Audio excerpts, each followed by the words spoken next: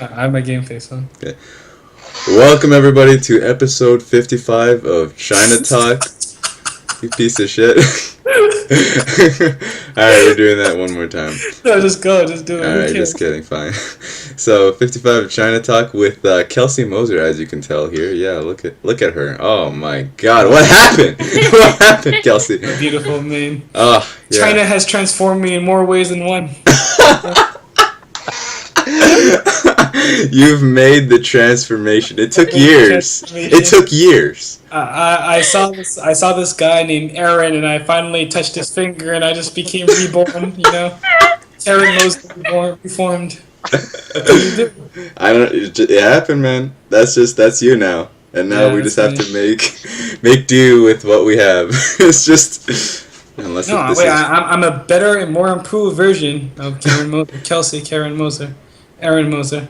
Aaron Moser. Literally Aaron Moser. Aaron Moser, god damn it. Alright, if you guys don't know him, you are too new. It's Hughbo Shim, the LCS stage coach, former LCS stage coach. But honestly, old time China Talk, I replaced him because he was donezo. Yeah. He had bigger, better things. Still does. Bigger and better things. And so now he's here. We all had dreams once. We all still do. Mm. And so now the dream is talking about the LPL playoffs that have been going on. So actually, I want to ask you. Well, I mean, just before you do that, thank you guys for having me. Mike and I were originally on this show back in the day, like last March or something like that, and it's good to be back with some familiar faces, but also, I mean, this is the first time I've ever been on with Emily on a show, and this is the first time that I've ever been on with Raz on a show, so it's really nice to be back. Thanks. Yeah. Anytime. Nice to have you. All these new bloods. Yeah, all these new bloods. The new and the old. The show is no longer sacred. I remember when the show China Talk lacked any Asian people, just straight white people, and one black guy talking about Chinese League of Legends. I like how the episode boxes are situated because you're like the old bloods on the right and then the new bloods like on the left. So it's the clash. Team, and then it's like Mike. Yeah, let's continue. But yeah, actually, I just wanted to ask you, Hughbo, how would you like coming back into this like?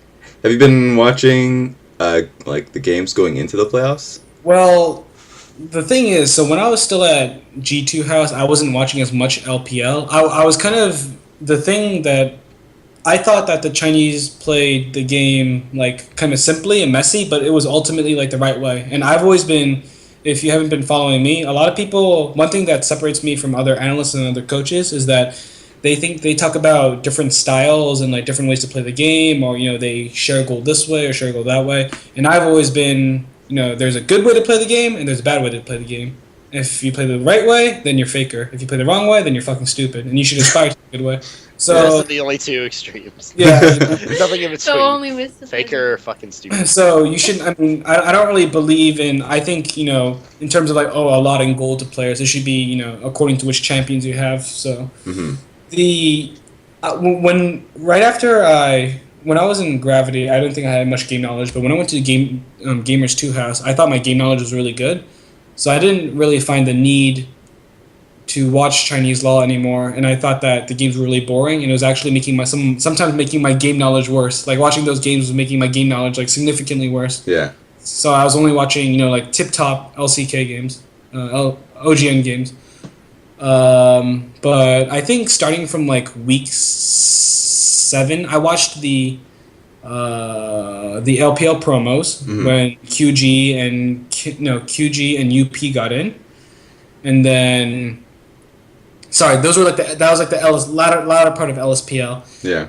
Then I started watching from like week 5 or week 6 because someone had told me about this really interesting team called QG, and none of us had expected them to be really good, right? Yeah. It's like I was like, who's on the team? And they said Avenger's on the team, and he's now known as TNT. And I was like, holy shit, this guy Avenger used to be so good. So ever since I started watching them, they've become my new favorite team in the world, and that's kind of what keeps drawing me back into Chinese League of Legends. That and esports betting, which I have lost most of my money to. So God bless LPL. God bless LPL. God bless betting on Condi and Dade every single game. You know, never know what you're gonna Oh get. God. Tricks. Never bet on M3. Oh my god, I actually lost. I think I got asked a bit by Draven, and then I went to an M3 game, and it was just like went downhill because you can't bet on that team. Yeah, So that's a great segue because OMG versus M3. I think this was actually really funny because it was as predictable as it could have been. M3 went up against OMG and got stomped. I really wish World Elite could have made the playoffs. beat M3 out. Because M3 fucking sucks. Like, it was pretty apparent how bad M3 was. Like, holy moly. Like, just Dade. I think Dade started carrying again, but, like, he started carrying too late. So his carry meter wasn't at the max and stuff like that. It's like a gradual process. So, I mean... You can also, like, track where, like, as soon as they found the playoff format and they found out, because, like, M3 is, like, in third. And then as soon as the other actual good teams found out the playoff format, they, like, you can follow their, like, slow, like, through the standings. Like, everyone else's level of carrying just goes through the roof. Oh, they God. Was it even that slow? It was, like, the fastest decline. No, it was like a plunge. The reason why I wanted World Elite was because, you know, M3 has, like, decent role players at, you know, like 3 or 4 positions, but World Elite has best jungler in China right now, Spirit, in my opinion, best jungler in China. Dude been playing out of his mind for like, you know, 20 straight weeks, God bless his soul, because, you know, the Lord knows he needs some mental support or some, you know, divine protection right now because he's just in the prison cell.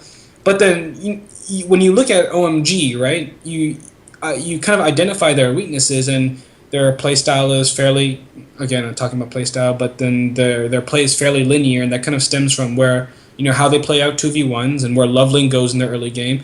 And if you can out-jungle this guy Loveling, then you kind of, you know, crack the formula and you bring down the entire team, right? So when I see World Elite play, you know, even though Conan isn't that good, at least Conan, you know, like follows around Spirit in the jungle, like putting wards where Spirit pings to put them and stuff like that. So I would have liked to see an Elite jungler matchup. Would World Elite have won? Probably not, but then it still would have been nice to see them matchup. And so this really comes to the question that I wanted to ask: Did M3, like, would we had better games if it had been World Elite instead of M3? I actually do think so. I thought it was horrible. Like, Uzi was getting first blood every single game. Looper might have had his worst set in, like, the LPL. Okay, maybe that's a stretch, but it was pretty bad. But yeah, I don't know. It's like I feel like honestly that M3 in terms of jungling wasn't really the problem. It was mostly Looper and, like, them fucking up on dives and stuff and not knowing how to play against them. Yeah. And I think that as a result, like, OMG just had ridiculous advantages early on every single game because of it. Like, in the first 2 games, it was just EZI getting first blood on scaling champions. I think he played Vayne both games, right? Or first 2 games, or something like that. Everyone's been playing Vayne. And then after that, M3 was just full tilt, and then they just went Caitlyn and, like, pushed mid like 2 towers in 60 minutes. So it was, I mean, like, honestly, it was such a stomp that I can't really say that any other team being in M3's position would have been better or worse. But I do think Elite just stylistically would put up a better fight, because if you think about it, at least World Elite's, like, bottom laners, at least as like a laning team, are pretty good, like, team fights aside. So it wouldn't just be UZI getting unstoppably far ahead in all 3 games, and then M3 just, like, having nothing they could do about it. I don't know. It was a horrible set, honestly. It was just so bad. All right, Emily, what do you think about that? I also think it gave people false perceptions of OG strength, because everybody's like, "Oh, this new roster is together. They found the answer, boys. We got it. Finally did it. Finally know how to." I mean, to be fair, they did play around UZI pretty well, but people were overreacting about how improved OMG were instead of looking at how faulty M3 were. So, Emily, before you go on, I just want to. I looked up the champions that fucking Dade played, and I do want to talk about Dade. So he played Kassadin.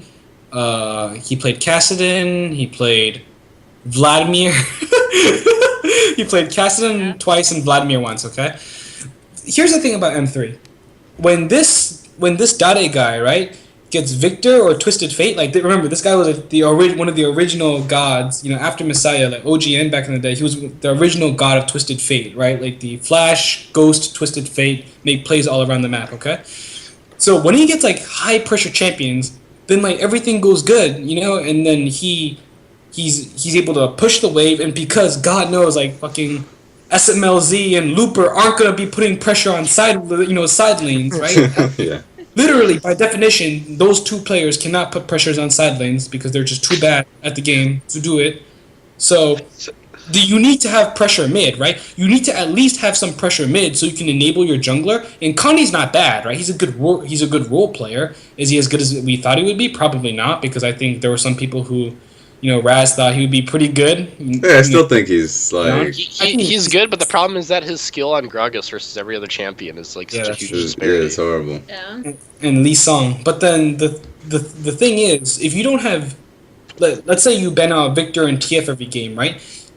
Like I've never seen him play that many wave clearing. It's like this guy doesn't play like Doenb or Yana or Doenb Morgana mid or something like that. So yeah. He has to play Caston every game, and you lose so much pressure as Caston. You literally have no pressure mid lane. So when you lose pressure in all three lanes, and then you try to force something with ganking jungler, then nothing ever works. Like really, literally nothing ever works because you just pick another strong jungler, and there are so many strong junglers right now. Evelyn's strong. Elise strong, Rek'Sai strong, Gragas strong, Nunu strong, okay? So 5, and Echo's strong. So 6 strong junglers that you can pick out of, right?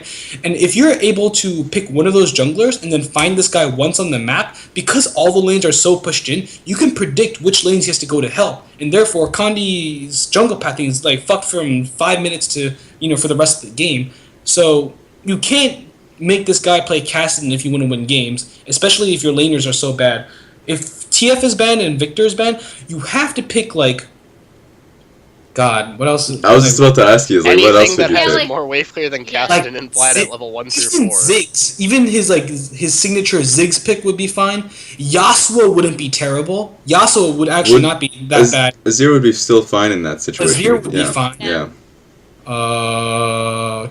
Lulu mid, maybe. You know what I'm talking about. But you can't give a team like M3 Lulu mid. What is SMLZ gonna do with that kind of protection, right? He's just gonna go. He's just gonna die. I think SMLZ will be fine. Like I think his mechanical skills are not. I think it's if you put him in a situation, I don't think he's gonna drop the ball. Yeah, but, I think his laning is just shit. I think that's it. I know, but this is not gonna be carrying your team fights with Kog'Maw, okay? Like, but versus Uzi, like Uzi is still like if there's one thing that we can say about Uzi, he's a strong laner. Like he's just gonna and that was like incredibly apparent in this setup. Like he just dumpstered him in lane. It was bad. I want to point out too that I don't exactly like. I want to give SMLZ the benefit of the doubt because I don't know how he is if he doesn't have like a shit support. Because for the longest time, I just think that Love CD is just or Love CD or even just Rua, was it? Rua. Yeah, Rua. Yeah. It's just like I don't know. Like so I want to give him the benefit of the doubt, but I'm not sure. Love CD used to be on OMG or World Elite back in the day. I have no idea. Actually, those two teams. What do you guys? We should look that up. I can't look that up. It was on W. Wasn't he on W? Maybe. I'm gonna look it up now. Okay, yeah, but another thing is like I do think that while Dade's picks weren't the best, given the circumstance, I feel like that shouldn't have been the circumstance. Like if he wants to play a scaling AP mid in 3 different games, then he shouldn't just be like, oh god, I hope to god my top and bottom don't feed miserably before like the 10-minute mark, which is what happened. Like, and that's the sad thing is like Dade can't pick these mobile assassins. Like, well, okay, Vlad's not mobile, but he can't pick these like late game carries on this team because especially against OMG, SMLZ is not going to hold his own against EZI, and Looper will just never hold his own. So, or he'll make crucial mistakes in lane swaps, or he'll just be unable to handle dives, and then he just can't do anything. So, in essence, you just have dead weight mid because he can't shove out and help anywhere. He's just stuck being shoved against his tower while his team's getting thrashed, and that's what happened in the series. 3 times Dade looked to pick counterpick. He counterpicked Cassidon twice, and then he waited until last rotation to pick Vladimir, right? He was on World Elite, but he was on World Elite? Yeah, I remember. World Elite feature. Okay. So, like, you can't, if your team is suffering like this, you can't, that's not how you're supposed to operate. You just can't do that. At least play, like, even Ari would have been really good. I think Ari Oh, would yeah. be perfectly Yeah. fine for like a player like Dade, you know? Or like if you wanna put like mad, even if you don't push the minion wave, like just go for mad pressure. Just play fucking like Zed or something like that. You You know, know Yeah, I bring was what's gonna the say Zed. like even Zed wouldn't have been absolutely you know atrocious. what's really funny is basically that we're talking about like a playstyle like Xie, essentially. Like that, like if you put Yeah, Xie on yeah, that okay. team, where he just like plays a champion that creates a lot of pressure mid lane, and that works for. You know, I Doing mean, B. it doesn't work for World Elite, but I works mean, well enough. Doing B. I also do think that Hugo's right in that TF would have been a really good pick for this series, but they banded away every time, and I think they didn't want to they banded away because they didn't want Cool to have it, but they also didn't Yeah. want to take it first rotation because there's other higher priority champions. So Yeah, I mean, I actually disagree with that. I think TF is the most. I think TF is second most OP champion right now, like with Victor being the first. Like TF is just like too strong. I think TF and Victor. Mhm. Maybe the caveats for TF are it's hard to play against Braum and Sivir. But then like TF and Victor are just so strong. Like they create so much pressure around the map. There are no champions that like you just create space around the map with a gravity field, or you can just port to different lanes and then create gang pressure. If you got TF, I'm sure they would have won the game. But Yeah. just didn't There are really- always weird situations in which you're literally in pick ban. You're like, what's stopping us from picking TF? Because literally, people will just pick TF blind. Doesn't matter which matchup. Well, because the assassin matchups are actually just like a good portion of assassins are dead.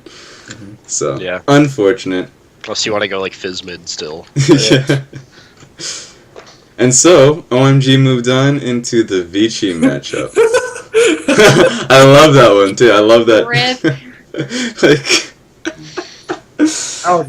that was a terrible. they were riding high. Frustrates me. Like no. And then everybody stopped stroking off Uzi and was like, "Oh, maybe North wasn't the problem." The funny thing was that I like went into Reddit. God bless Reddit. But I went into Reddit the day after the OMG Vici or M3? M3. M3 set, and then on Reddit the front page it says Uzi beats entire M3 team. Yes. It's like walking in the brush and then walking you back to like bait the guys into that bottom lane brush during the level 1, and then everyone was like, oh my god, like the Super Saiyan guys and like really go ham during this during the next few weeks, and we're gonna see the real thing. And I hadn't even been watching OMG. Like I'd watched OMG a few times with North, and that was when like Cool played just TF every game, TF. But then I tuned into this Vici gaming series. I had just come back from the dentist, and my like teeth was hurting. I was like, oh, I'm ready for some good League of Legends. And I see like fucking like Mata like flash hooking into these guys, like just destroying them one by one. Yeah. Oh god. That was unfortunate. So what went wrong, guys? Like, what do you Emily? What do you think happened to OMG to really just like create this nosedive? What didn't happen to OMG? No, I mean I think like the fact that my main problem with OMG is not like I don't think Uzi is like 1v9ing everyone. Like everyone says, like I feel so many people are upset that because they won't get to see Uzi at Worlds and all this other stuff.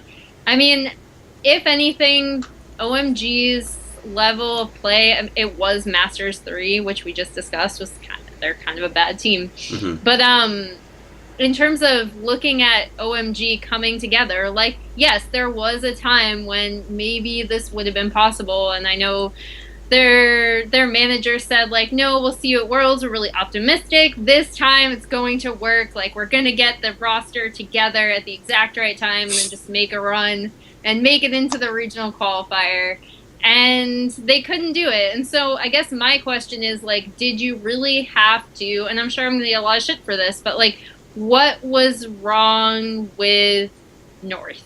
Mhm. Like aside from like if you just want someone to straight up dumpster someone else in lane, because I will say Uzi is just such a fantastic laner.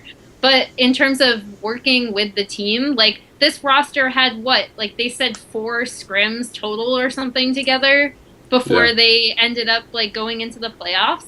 Like, and it was incredibly obvious. And then it's also obvious who they targeted. Like, people were shitting on Cool and then saying that Uzi is, going to like he's stuck in elo hell or whatever, but like obviously they targeted Loveling, like so he couldn't do anything. Yeah. And that ended up working because this roster didn't have any time to gel together. So then what happens when you target Loveling? The entire OMG team falls apart. And it's just this team frustrates me so much. Like the whole transfer frustrates me. The fact that Team King like just like, I'm still sad about that. Like I'm still really sad. Like I'm pretty sure Vici Gaming also like lane swapped twice throughout the set, and then they like if you lane swap and then pick a wave clearing mid, and then you have Sivir Maokai on your team, then the game's just over. Like what can you do against Sivir Maokai? It's it's just a Sivir comp. You run in them and you're donezo. Like what else do you do in that situation? I mean, but no, yeah. Seriously, like I'm not gonna. I don't want to comment. I'll let Drexen talk more about it because I'm not that comfortable with talking about OMG. But it was kind of clear that like just oh my god. Even though people were winning lane, and then there was like a lot of some like good early ganks, and then like some good early gold, and Loveling made a play here, and then Go made a play there, and then like. I actually think this is like kind of a cop-out answer, but the ward coverage was really poor. Like, just it was not that great, and then that might have been because of Sun's inexperience, and also just the team fighting was not the greatest, especially against Sivir composition. And then if you're gonna play, it just looked like OMG kind of looked to pick lanes and then dominate lanes, and but after Vici Gaming started grouping, then Mata just like put wards there and then like sat on like a brush or sat on like a ledge outside of a brush where he knew a ward was and just hooked people and then looked for face checks and kills all the time, and then they just got 5 dragons, or they just scaled with dragons and won. And so this like literally begs the question. Let's go with Jackson on this one. Like what? Okay, so they get into playoffs with the lineup of either, like, I guess regardless of the bot lane matchup, let's say they have either UZI or North. They go in, I'm pretty sure they qualify with North. And they have Xiang, and they change to Going. That's in the end, I feel like that's fine. What the fuck happened with San, and like why is San playing support? Like, how do you, I mean, obviously, I can't expect you to answer that, but yeah, I mean, like, honestly, we haven't seen him play with the team, but apparently he's been playing a lot of support in solo queue and practicing. But with that said, like, I don't know, there was just so much wrong with the OMG in the set, and I don't really think it's just based on San. And I will say that, yeah, there is the general opinion that Uzi is 1v9ing or something, but to be fair, I think people are oftentimes always forgetting the human elements of teams and relationships within the team, which has been cited as an issue before between Cool and UZI. I don't know the exact science behind it or if it's true or whatever, but should be told, UZI did play the set really well, I actually feel like sometimes his mechanics were so good it looked like he was like botting or something. He had like a lot of really good time flashes. Game 3 was really good. It was actually insane. There was moments of brilliance and stuff like that. But at the same time, I mean, there is issues between the team members, and maybe not personality-wise, because we don't have the validity to say that, but in terms of how they play together. Like, when people were saying that Cool just ran away in one of the team fights with TF, but when that Dragon fight, I think it was in Game 4, like, if you just watch the game as a bystander, I'd almost say, like, wow, okay, someone paid Cool to sabotage this game, because holy shit, that was terrible. But at the same time, like Emily said, they didn't really have time to gel together. If you look at the game, I don't think OMG's used to playing with carries that are, like, squeezing out every last auto and, just like putting out the exact amount of damage they can before they die. So I think in most situations, Cool would have, like in many other iterations of the team where they had San, or if they had North on the team, like they would have walked away and just like been like, okay, I concede. Where in this situation, I think that was what was called out, but UZI was still fighting, and he actually almost got like a double or triple kill there.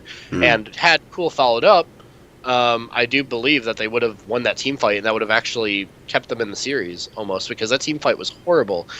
But I don't think we could just place it on Cool. I think it was like a communication error, and I think I think the thought process was, okay, we're gonna concede this dragon or walk away from the dragon, but UZI still wanted to fight. It wasn't like Cool playing bad. It was, I mean, I do think that Cool sort of underperformed in the series, but I think it was mostly just that they weren't on the same page. And So yeah, I mean, I do think that was more of a team issue rather than like an individual skill issue. And yes, Uzi did play really well. In fact, I think out of the 12 bans in the set, 11 of them were Yeah. against Lane. Yeah. Rise in game 2 was the only ban. Wait, did they even? Hang on. Yeah, they only banned Rise in game 3, and that was the game that OMG won. The game that OMG won was when bottom lane wasn't banned out every single time, like Yeah. all bottom lane bans. And the thing was, is there were moments of brilliance. Like in game 3, it wasn't just UZI or whatever. Like Going had on point teleports, and things were going well in the jungle and stuff like that. But the thing is like people were also calling out Loveling. But what the fuck could he do? They banned out all of UZI and San's like best duo lanes. And so they weren't as dominant in lane, like they were still doing very well. But then as the series progressed, like I feel like Loveling was progressively more more helpless in the jungle.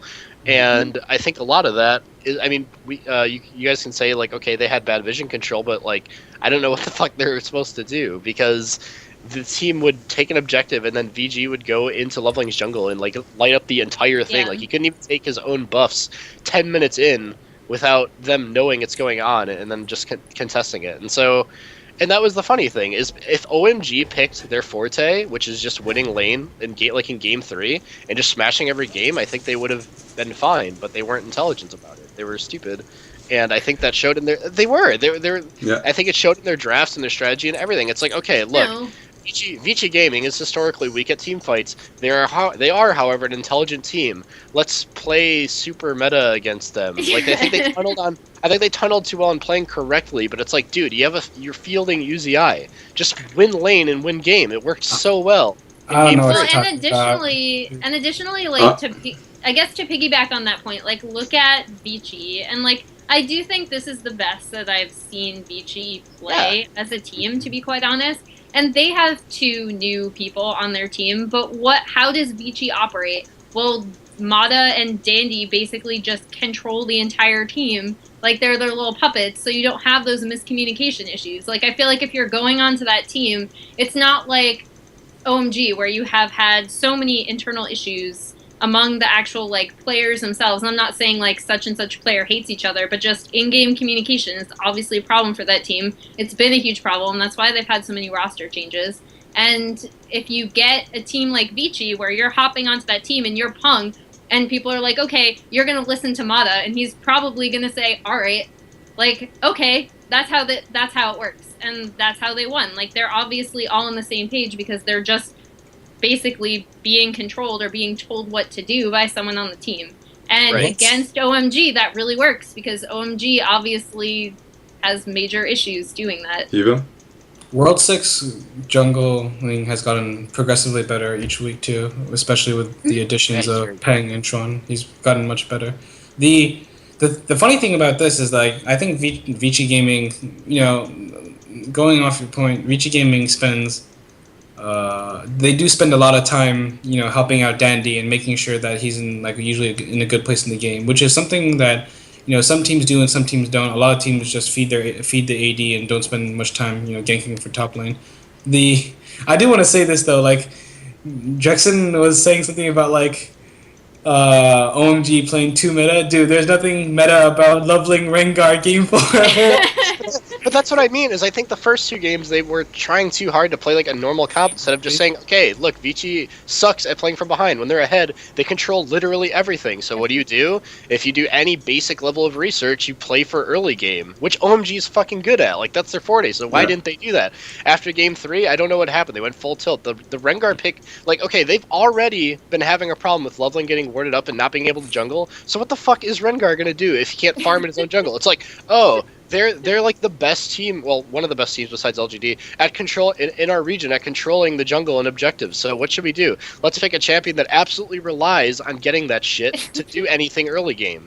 Like, what the fuck? I don't understand. And then so they were basically begging to get invaded and get crushed in game 4. Now, like, yeah, VG did definitely overperform, and I think especially in the team fight department, they played better than I've ever seen, which is remarkable because they've only been using that composition for 3 weeks on the stage. Mm-hmm. But a lot of it was just preventable issues that could have been fixed before the game for OMG, and then on top of that, just people, just issues that people I think haven't been seeing behind closed doors, which is the communication and cooperation between teammates rather than how well they did against their counterparts, which I don't think was the issue whatsoever. So I don't know. It was silly. Alright, so OMG ends up getting smashed in this series. Like, it feels like... Hey, they had the one game. Yeah, they did get that one game. Yeah, That's all that matters. That one game that they were Where like, they just, like, let's make a logical choice against Vici. Yeah. So yeah, I don't know. It's unfortunate. And so Vici ends up taking the series, and here's the best part. They go up against... Tonight they go up... Oh, last night I suppose. They went up against LGD. Now, this, of course, is a seeding match. It ends up... So whoever wins this series goes up against Snake. Whoever loses this series goes up against Invictus Gaming.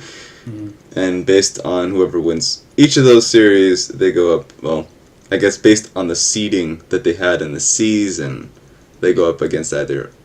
Xiaogu or EDG. Yeah. And so, how did Vici do against LGD? That's really the badly. It's Hughbo. What's your take on it?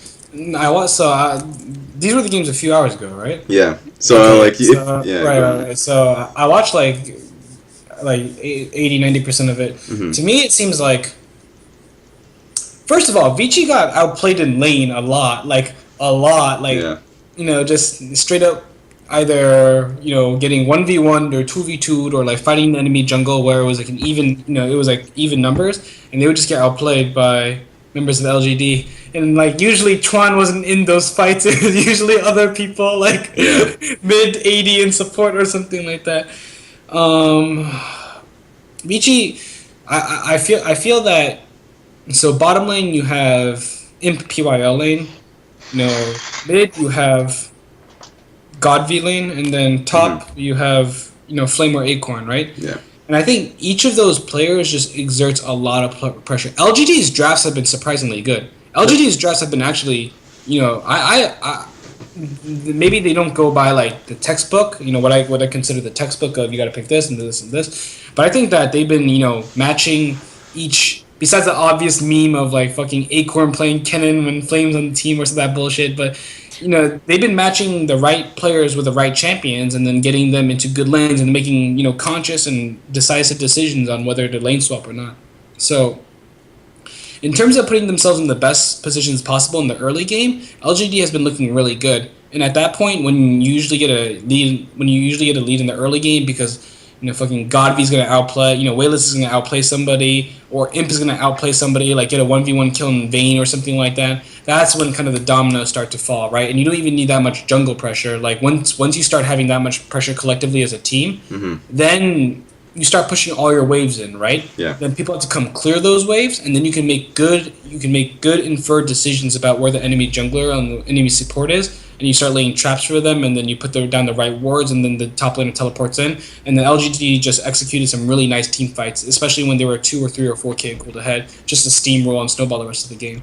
So in terms of like whether LGD played really well, yeah, but then in terms of whether we saw anything new or whether what we saw was indicative of how good LGD is in this last stretch of playoffs, or how good or bad Vici Gaming is in this last stretch of playoffs, I don't really think we discovered anything new. I think that I expected Vici Gaming to get 3 out pretty decisively. So in terms of making an assessment about where those teams are now, I think it's still really hard to tell. LGD is like here to play, but then they still, I think, Tron, TBQ obviously remains a problem. Like this guy doesn't fucking do anything like throughout the whole game. Like I'd rather have Razzleplasm, Lee Sin, Jungle, like Tron, Rek'Sai. Nah, come on, man. If you're gonna play Lee Sin, you can put Squint on Lee Sin. I was gonna say at least. That's like the one there you go. he's good at. But then this guy like doesn't know how to play Evelynn. Like doesn't know how to play Echo. Doesn't know how to play. Doesn't know how to play Gragas. Rek'Sai, okay, maybe. But then just he puts no pressure in lane. Pressure's not even about showing yourself and ganking a lane, which I guess he occasionally does, and even then he never makes the plays on the lanes. It's always like one of the laners, like either the top laner or like PYL, who makes the actual plays or executes the mind games on the lanes. Like this dude just He doesn't do the correct things, and the correct thing should be so easy when you have three laners who are just pressuring the game 24/7. Like Clearlove's job is so easy. He has three of the best laners in the world pressuring their lanes 24/7. He can just like, oh, I'm on Evelyn. This game is suddenly really easy. All the lanes are pushed, and I can just go to enemy jungle, put a green ward here, a pink ward here, and go gank the motherfucker on the top lane. Okay, but then this guy just doesn't know what to do. Imp gets a solo kill in bot lane, and he doesn't know what to do. He runs around, scuttlecrap a little bit. At least he smites well. And, that's like his, That's the thing. You're gonna go to Worlds, and he's gonna be stealing dragon after dragon, man. People are gonna be like, wow, this guy's an amazing player. Like, is that the TBQ? That's what they're gonna call it. All jokes aside, though, all jokes aside, though, it is a real problem. It's nice that they didn't falter to Vici Gaming jungle pressure, because we all know how good Vici Gaming jungle pressure can be once they get rolling. Mm-hmm. But if Peng and what's the AD carry's name? Xuan, yeah. Xuan. If Peng and Xuan put no pressure in their lanes, and then they also don't have like great wave clear. Like Peng usually plays Azir, which is like fine, I guess, like fine for wave clear, and then Xuan plays like champions like Corki and stuff like that all the time, right? Then you can't really expect them to carry. So then that means you have to get a decisive early game, and then start invading the enemy jungle and taking advantage of pressure on the jungler.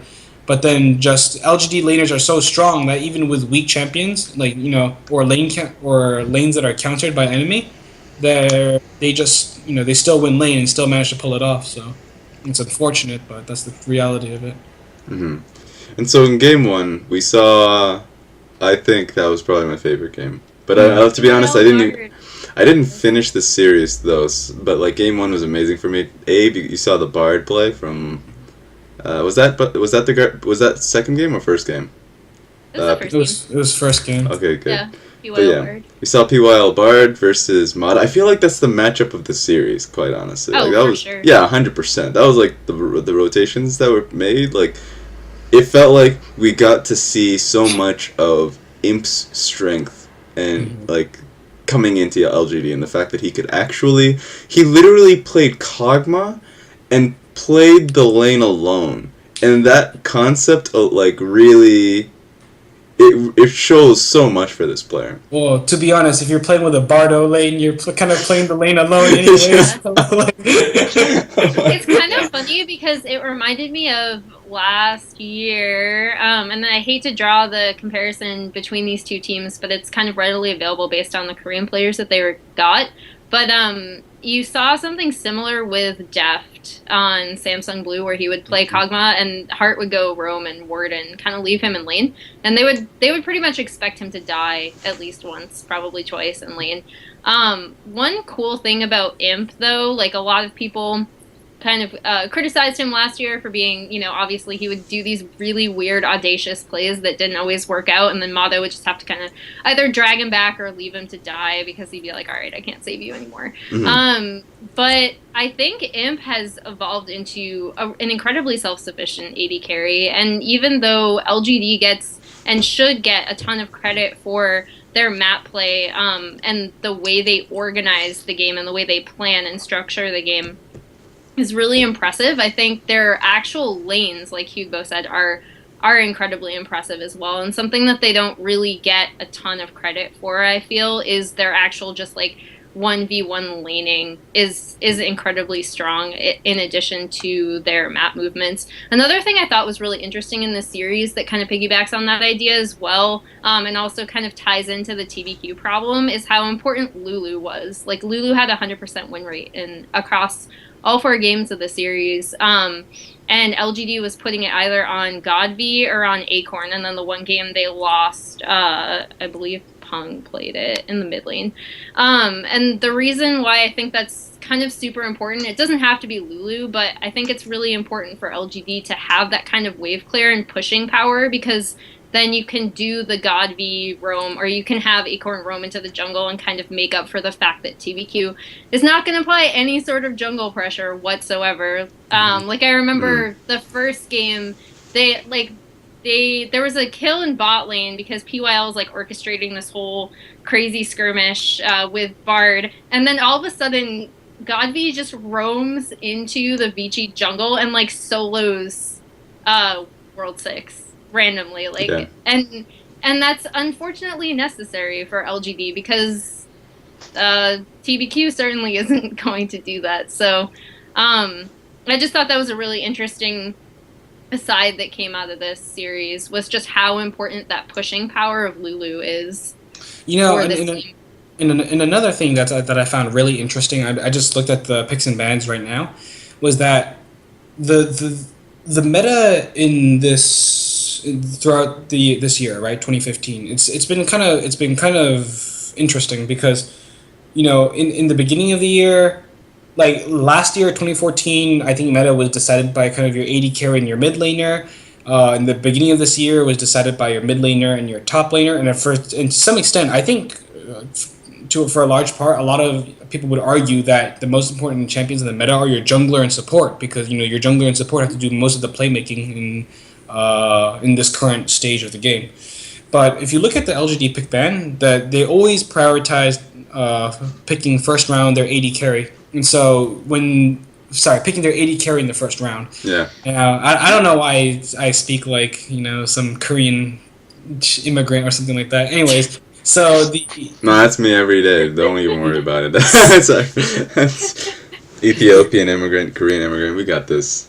the cool thing is that LGD in game one that they won, they first picked Kog'Maw. In game two that they lost, they picked Twitch in the fourth rotation, which is really funny. Twitch Kassadin, Yeah. Yeah. In the third game, in game three, which they won, they picked Callista first rotation. In game four, which they won, they picked Vayne first rotation. And they got Lulu for all of these champions.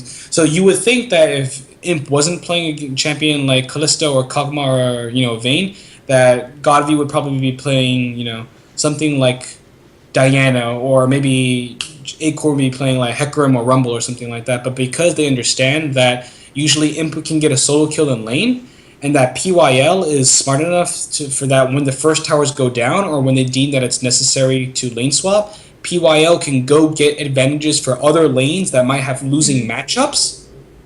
Yep.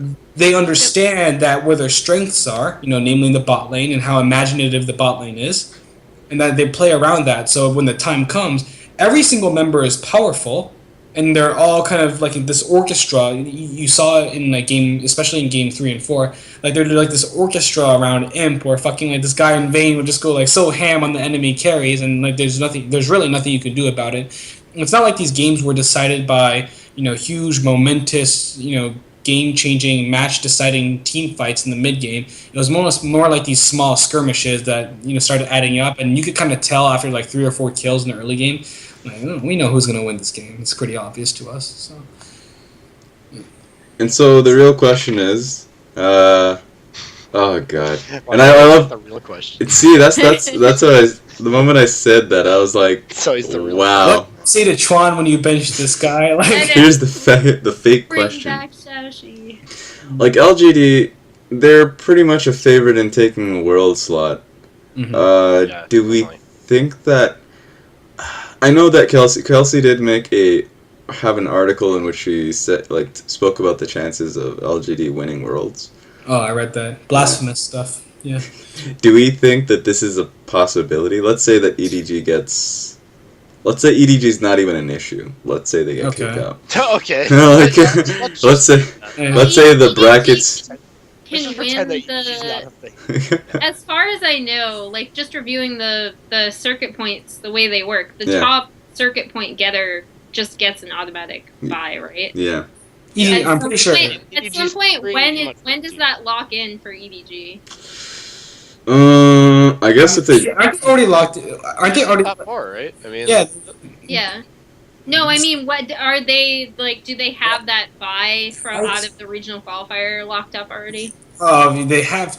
Oh my god. I think it's probably something like if they get third place or something like that. Yeah, it's probably like if they get third place. That's like that bullshit. Yeah. Yeah. yeah, their circuit points are ridiculous. Because LGD's right up close to them, so. Probably, yeah, it's probably pretty cemented that we'll just say EDG is going to get the buy out of the regional qualifier. I don't see any other team, unless something has drastically changed with IG and Snake, I don't see any other team beating out LGD through Yeah. that. Yeah. So my question, let's say in Worlds, some NA team takes out EDG. Ha ha ha. Great. Oh my god, what if that happens? Holy That- shit. that would be That'd the great- You fucking will crazy. called it, and people are gonna come back to this China Talk episode, and they're gonna be like, "Fuck you, Razzle Positive, our hopes and dreams." Yeah, TSM. TSM. They're gonna fucking food poison Death now. Oh, Dude. Oh no, don't. you say that now as a joke. Anyway. I know. Hey man, it already happened. Oh my god. You So never let's say Worlds Finals is LGD versus SKT or even Fnatic, you never know. Let's say SKT, since it's more, you can actually compare the two a little more viably. Well, at least with Fnatic there's a lot more questions. Do you think that LGD... GDP Fnatic, like holy moly! I think that's a toss up. You think fucking Reignover is gonna lose to this Tron guy in jungling? Like I hate the comparison of like top to top jungle I just think like LGD would destroy Fnatic. Actually. I mean, I think that would happen, but I think that discussion, whenever you have that discussion, people will always bring out the good old, well, they're really dominant in their region, so you never know. And I'm like, what the fuck is that? What is that supposed to mean? We do know. You watch their games. Like, I don't know. I mean, No, if it's that's hard the to matchup you're know. talking about, Fnatic makes way too many mistakes, and LGD Yeah, the problem is that makes all Fnatic. of that. The thing is that the way Fnatic wins their games in Europe, I don't think would apply to Korean and Chinese teams at the top. But I could be wrong. I mean, I know, and but additionally, like, what matchup were we talking about in the Vici series? We're talking about Mata versus PYL, like, and then you put Yellow Star up against PYL, and I honestly think Yellow Star is a fantastic support, but I think PYL is better. Sorry, Yeah, but I know I I'm think- gonna get a ton of hate for that, think- but I- yeah. it's like, you shouldn't. I think it's like marginal though. I think PYL is better, but I don't think it's like some like world And by the game changing No, it's kind not of like a thing. huge stomp, but Mhm. I mean, PYL is a better support than Yellow Star, and he has like arguably a better cast. Yeah. The funny thing, Aside from TVQ, because TVQ. yeah, I mean the funny thing for me is that like LGD, the way they usually like they know how to win in all different sorts of ways, right? Like we've seen this fucking like messy ass BS ways they win that you don't deserve to freaking win, but they still pull out the W. Mhm. But then a lot of times it's Godv on freaking like Kassadin, or he's on a champion like Ari, or he's on a champion like what's another champion? Diana. Sorry, Diana was what I was looking for, right? Mhm. Or like Oriana or something like that, whatever. And then Imps on Callisto or Vayne. And then one of those two lanes will get a solo kill, right? And then after one of those two lanes get a solo kill, they start moving to enemy jungle and then proceed to stomp from there. So you would assume, and then for Fnatic's side, Fnatic actually makes a lot of mistakes in the early game, but since a lot of EULCS teams fail to execute late, they're able to make a random pick. Like half of EU LCS games are ended by someone making a random pick, and then like the perfect rumble equalizer for the first time in the whole entire. Yeah. You almost forgot that's the surprising factor. You almost forgot that ability existed in the game, and then it just lays down through the battlefield, and you're like, holy shit. And Quickshot's like, I do declare. No. I don't think that's how he said it. I'm just kidding. I will say this though, to bring it back to the SKT conversation. If Yeah. I'm looking at You were talking Fnatic versus LGD, or if I'm looking at honestly LGD versus SKT, Yeah. I'm looking at the jungle matchup. So you have TBQ and Reignover, Yeah. and then you have and I can only draw from MSI because that's honestly the only example we have of Fnatic playing against other opponents. Yeah. But what happened to MSI? Like Reignover, you can see his pathing like slowly improves throughout that series, and then that final game, Bengi just dumpsters him in the jungle. Like absolutely dumpsters him. Yeah, but then Botlane had no Like, pressure that game. yeah, he tracks his entire thing. But what I'm saying is I don't think Fnatic, and one problem I've seen, honestly, from their games this split, is I don't think Reignover's pathing is creative enough. And when he falls behind in the early game, the team, if you notice, they try to make an effort to get him more involved in the game because so much stuff goes through Reignover on Fnatic. And I think that Fnatic, if they had the time and if they were if they were like pressured, like LGD has been, to level up in spite of their weakest link, they would be at a higher level of play than where they're at. But since LGD is in a more strong region and is constantly getting pressured and just plays more games, they're so much more used to covering up the fact that TBQ is their weakest link by creating lane pressure, by like putting the Lulu in the mid or the top lane, by like having God be Acorn and PYL all in the jungle getting wards down to track their opponent. So, and I mean, that's what I think puts LGD ahead. I think the SKT matchup would be interesting because of that reason, because LGD is so ready to cover for TBQ, but at the same time, like, that would be the weakest, because if we're thinking of what other, well, I guess if Snake went for some reason, they would have arguably a weaker jungler. But like, if you're thinking of the other junglers that are in contention, Cacao, Swift, and Clear Love, that's TBQ is going to be the weakest Chinese jungler. But if the finals are SKT versus LGD, that's where I'm going to be looking, because I'd also think that Bengi might lose to a Swift, a Clear Love, but he definitely won't lose to TBQ. So it would be an interesting matchup. I actually agree with you more now. Yeah, LGD would probably dumpster a team like Fnatic, especially since Fnatic makes a lot of early mistakes, and then that's kind of how LGD wins their games. They like, not only do they wait for enemy mistakes, they kind of just outplay, like straight up outplay, and then not just outplay through like, oh, like Vayne tumble, auto, you know, like condemn, and then like the conceptual level is in your enemy jungle, killing your jungler like for no reason. It's not even that. Like, it's like watching like I think Jack Wang Lal posted a damage graph, and fucking like Bard had more damage than Rek'Sai in the game. Yeah. It was like camping bushes, and when the enemy jungler kind of walked into the brush, he'd stun that guy, like hit him with the auto, and then just tunnel out of there. Yeah. You know, like, security tunnel out of there. Holy moly. Like, PYL's Bard was hilarious throughout that game because they would chase him so much. They would never stop chasing him, and he would just tunnel, just like lock them, run away with his like. That's the best thing about Bard running away, by the way, is his animation. Yeah. He's just waddling away. That's the greatest thing about that. So go on. What would it take to beat LGD? I think if you have laners who can match up, like who can go even, dude. Honestly, it might even be a composition thing. Just pick Orianna mid, you pick Orianna or Lulu mid, and then you pick Corki bottom lane, and you pick Maokai or Shen top lane, and then I think you have a chance. Because those are champions that it's literally impossible to lose mid. I mean, it's literally impossible to lose lane. Yeah, that's true. Actually, that is actually impossible to do. So then you pick like mad, like strong early game champs, and early game is kind of in the meta anyways. You don't really wait for late game. I mean, like obviously you have to grab some wave clear, right? So you just grab immense wave clear in the early game, and then you just send your support and jungler to kind of go ward out their jungle and try to make a pick, and then you snowball that pick off of dragon, and then you get a turret. Yeah, I think you just it comes down to picks and bans more than any kind of player thing. It comes down to like, do you pick Corki, first rotation, or do you pick Sivir first rotation? And after that, then do you pick, do you grab the Rek'Sai, or do you try to grab maybe even Twisted Fate, right? Just to put even more pressure on the enemy jungler. And then you pick like Twisted Fate Evelynn, and then you kind of try to camp enemy jungle camps. Then I think that can work out. Okay, so here's the question, because this is the best segue I can possibly do. Is it the real question? It's the real question. just so you guys didn't know.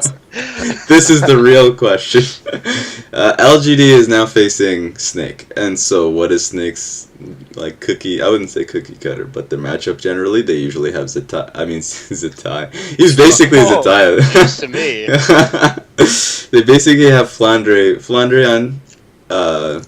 on Shen, you on any kind of like control, or like actually you just plays anything. Like he creates a lot of control in the mid lane. I think he can definitely match up to way less. Mm-hmm. And then bot lane will just. What will bot lane play actually? I guess that's very dependent on. Kalista. Yeah, it's actually that's dependent though, because now that they have Martin, that they just kind of swap in every now Oh and my again. god, that guy is so bad. I can't bear to watch him You hate play. Martin? Yeah, Wow. he's not that good. Oh damn!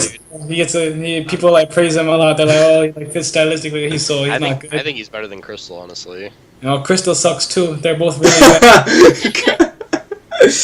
No, dude, It's- I think But do you I don't- think Crystal? Okay, so now that's the thing. Do you think Martin slash? Do I think Martin's better? Do I think Martin would be better? Yeah, like bring in a fucking quirky player. Enough with this damn Callista. Like, you know, this Draven. server okay. Martinella, but do you think Callista, Draven BS. You know? Do you think Martinella would lose lane? By the way, to PYL Imp?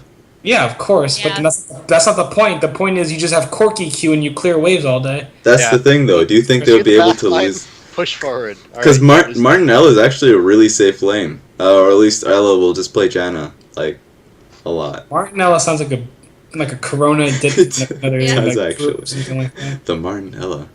I don't know. I mean, By the way, Beast and Ella are also really bad. Like I'm talking like Ooh. you know. Here we go. It's about they're that not real using, talk They're now. not using Beast anymore, though, right? Yeah, they're using Yeah. ZZR. They're using ZZR. Yeah. Oh yeah, whatever. ZZR, Still ZZR is same. definitely an upgrade. I feel. I know, but still same like not great players. Like I watched this. I watched the games maybe like 2 weeks ago when they were playing. Hold on, who were they playing? They were playing some team, and then like there were so many obvious things that this ZZR guy could have done, and he just missed it. And I felt like, and it wasn't like really complicated stuff. It was like really basic stuff. Like there was a ward right there. You saw the jungler walk there, go into the enemy side of the jungle and put ward at wolf camp, and then win the game. You know. But these guys, he just Wow, didn't. League of Legends is so easy. Yeah, League it of really Legends. is a game, and he just didn't do it. Something I think Ella has been disappointing, kind of disappointing for me because I watched a lot of the week 1 and week 2 games because I had the initial hype, Yeah. and then I was not impressed with him week 1, week 2. I don't know. I guess maybe he's gotten like a little better, but not that much. Ella's actually improved quite a bit. I think Yeah. over the split. Sure. Like he's not like world class or anything, but I'd say he's still like in the upper echelons of the region. But I mean, in terms of LGD and Snake, like I feel like LGD wins that matchup, but it's hard to say because if we look at the set against Vici, it's a really hard set to gauge just because like whenever you put LGD against Vici, you're basically putting a team that's good at one thing over another team that's good at one thing, but LGD is just better at that one thing than Vici, so Yeah. it's like they kind of have the same kind of win conditions, but LGD is just better at executing it. And whereas with Snake, it's like it's a matter of LGD, and it's not even that their team fighting is bad, but it's a matter of LGD avoiding 5v5 scenarios just because that's Snake's forte. Like if Snake 5v5s, that's what they're best at, and it's up to LGD to just be smarter than Snake in order to avoid those situations and win. Mhm. But yeah, I don't know. I can already see it now, like a 58-minute game, and then like Flandre has been doing nothing all game, but he just like flash taunts 5 men into 5 people and like wins the game for them, and we're like, wow, what a god, What a god. hero. And that's This another guy thing. Shen is really good. I like it. I like his Shen, even though it's an easy champion to play. Yeah, Flandre is playing more impactful champions like individually in the game. So, but I do think that I don't know. I feel like Acorn and Flame both match up, and yeah, something I wanted to clear up that I said before the broadcast is that like there's obviously the meme where Acorn is playing Kennen and Flame's playing all these tanky champions, but I think the only way they can avoid that happening is if like is if they like when they're showing players on the bench, like they just block out Flame's name on the client to the other team, and like they just like put like they put like a curtain like over Flame's thing, and then when the game starts and loading screen happens, they just like they like toss it, it's like, oh my god, it's Flame.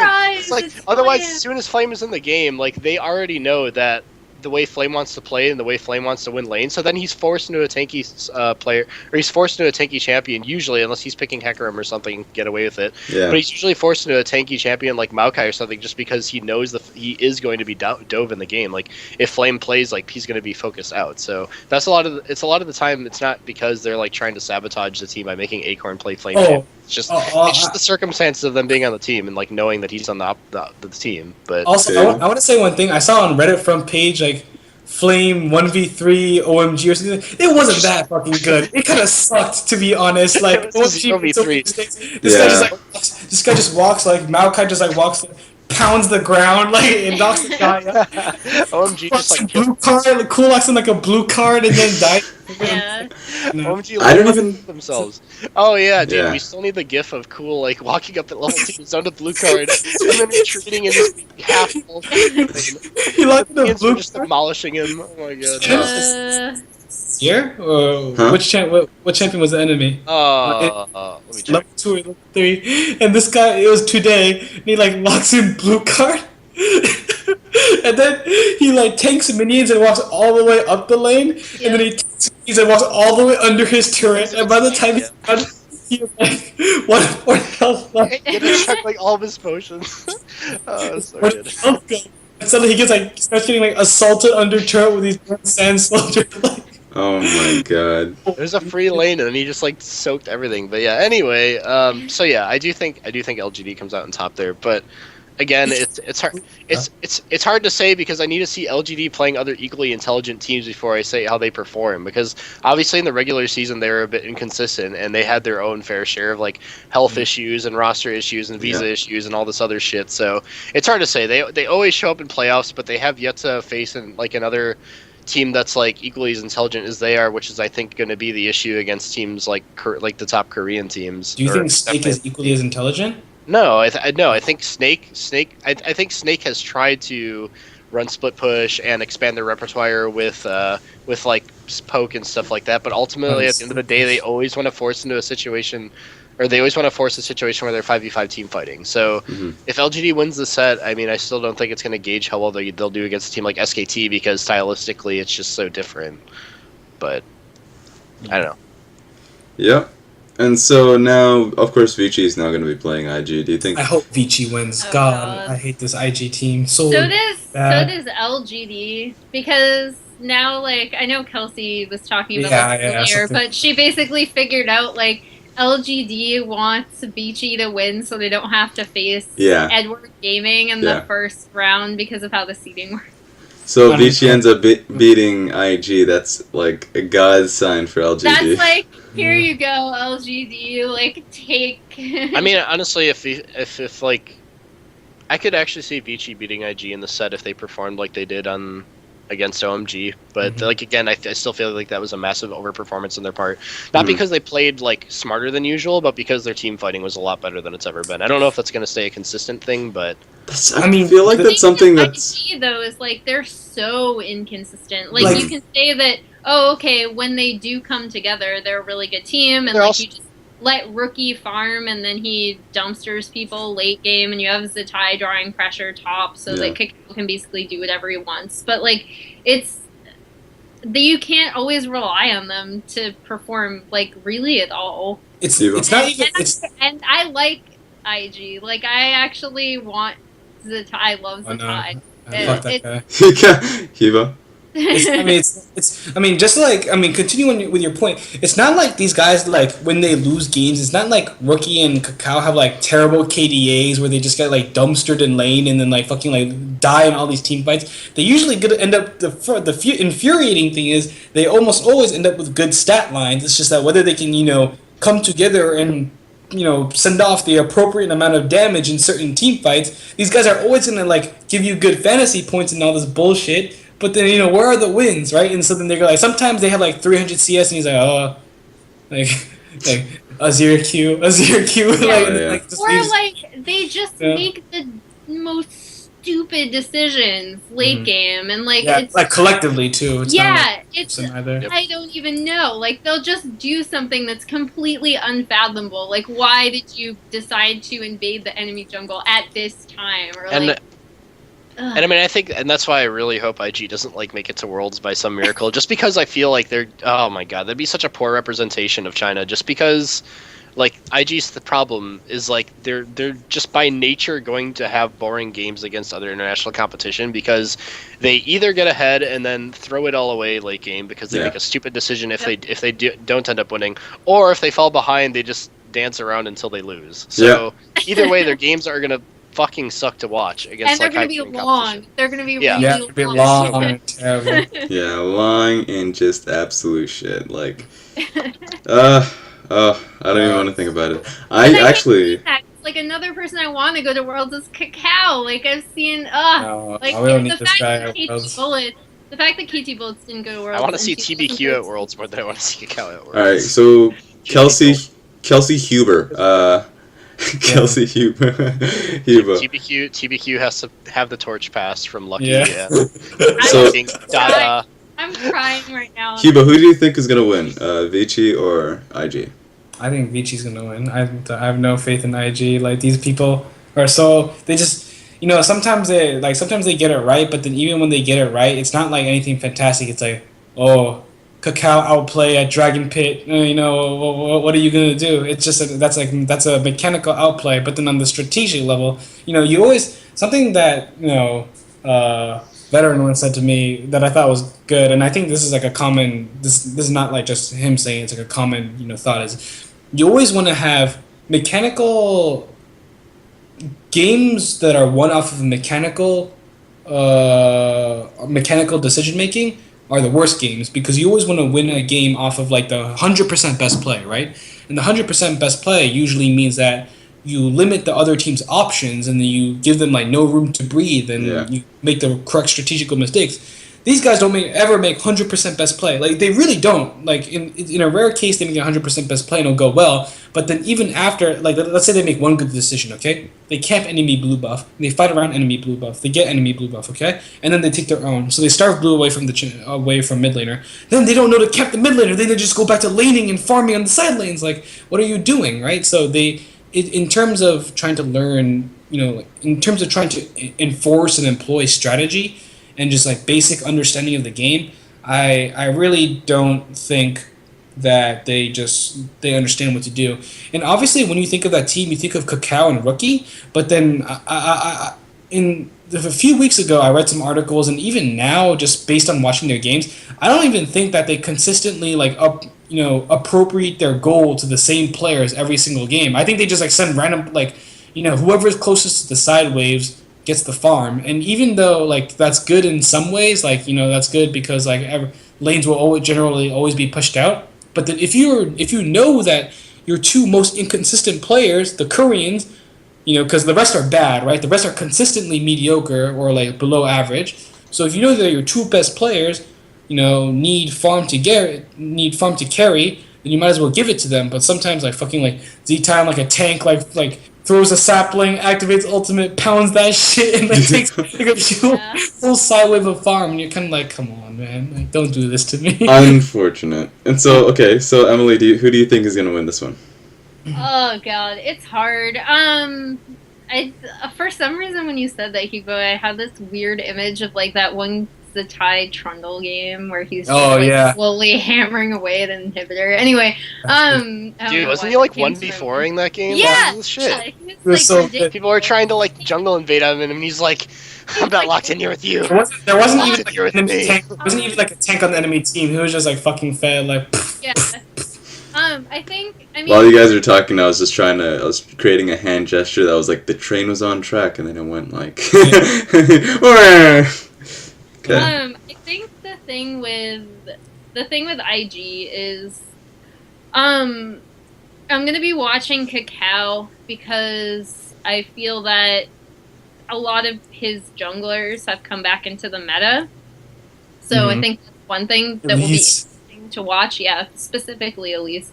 And then. I mean, the other thing that IG really comes down to is whether they can get Rookie farmed enough and then do something in the late game, or whether for some reason Zatai can just go off and like carry because he's apparently like ridiculously motivated right now because he really, really wants to go to Worlds.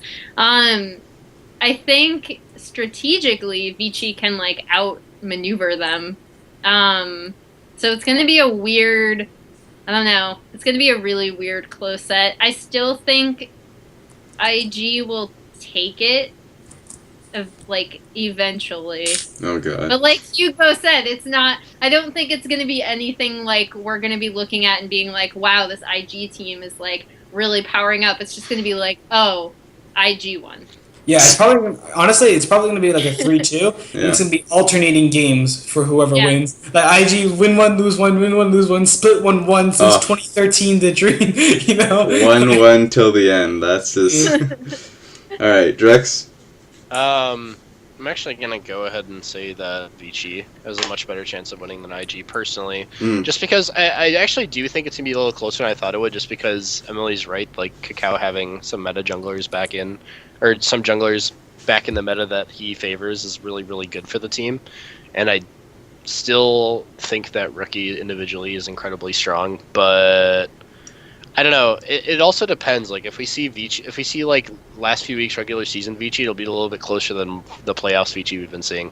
I didn't get to fully watch all the LGD games from Vici, so I don't know if they kept their performance in LGD were just better. But in their set against OMG, they fixed the kinks in their armor that were weak points before, and while still keeping or maintaining their intelligence and their strong map play and jungle pressure. So. Yeah, I do think Vici definitely has a higher chance of winning, especially because I don't know, just IG just I don't know. They make too many mistakes late game, and I just think that Vici's too smart to like let that happen, especially with their vision control. Like Vici has really good vision control, so if IG does something stupid late game, I think Vici will be able to identify it a lot faster than some other opponents in the LPL and be able to capitalize a lot faster or take something out of it. But yeah, I don't think it's going to be a stomp by any means. I think it'll be relatively close. I don't know. I just hope that IG doesn't use fucking time, dude. Like that's. Yeah. Yeah. If IG uses time, I just. The So way I see this going is like game 5, like it's gonna be like a critical moment, and then for some reason, like fucking, like. Schwan or thing. Who's the AD carrier of IG? I'm blanking out right now. Kid Yeah. in time. Yeah, Kid. Yeah, sorry. Kid of all people is like everyone's like posturing around Baron, and like some random ass member of IG will be farming bot lane or something like that. And this guy has no TP, and then Vici Gaming will like start 5v4 or get Baron or something like that, and just end the game through like a stupid thing. Hey, you never know. It'll be the comeback of the CLG season 2 strat. Just put it Corky with TP. That'll be fine. He gets that bot lane wave just completely squeaky clean. Yeah, I'm actually interested to see if because Zitaya has been doing pretty good the last few weeks, so I'm interested to see if like the motivation does push him to be like really good. Okay. So. And Can so I just say yeah. how hilarious it is that we're talking about this matchup now and like Vici overcoming IG when we talked about this same matchup going into Demacia Cup and we are like, oh my gosh, IG is just gonna wipe the floor with Vici. Like, well, yeah, they're dead. Vici were still using Hitong and... They were using, Hitong and Endless. That dude sucks. Yeah, Pung is, by the way, like, such way better. Way better.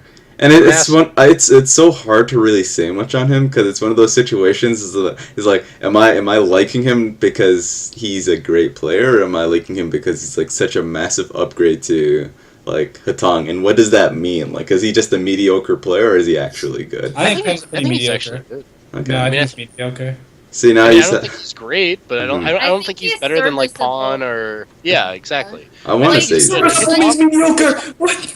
For No, what? dude, Yeah, Hitong for what was the like a team. straight fucking shitter. Like it was so bad. Hitong would straight up throw team fights. Pung is not gonna straight up throw team fights. Like, Yeah. like I feel like Pawn lands comes onto crucial the abilities team- that. in Yeah. team fights. Pung comes onto the team and Mada's like, okay, I can work with this. Like, he's actually gonna land ultimates. He's actually gonna do things in team fights instead of die. I guess that comes down to how he'll play in the next set, because I really want to see how he is in a pressured scenario, especially against Rookie. Actually, Yep. that's gonna be good. That'll be a good bench.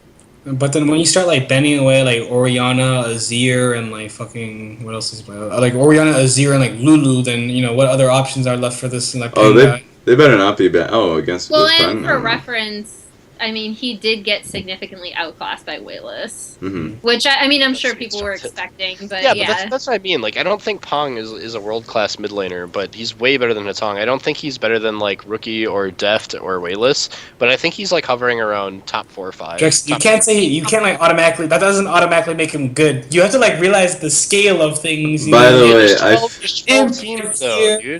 dude. Peng right here, and then like I have to like Alright, cross.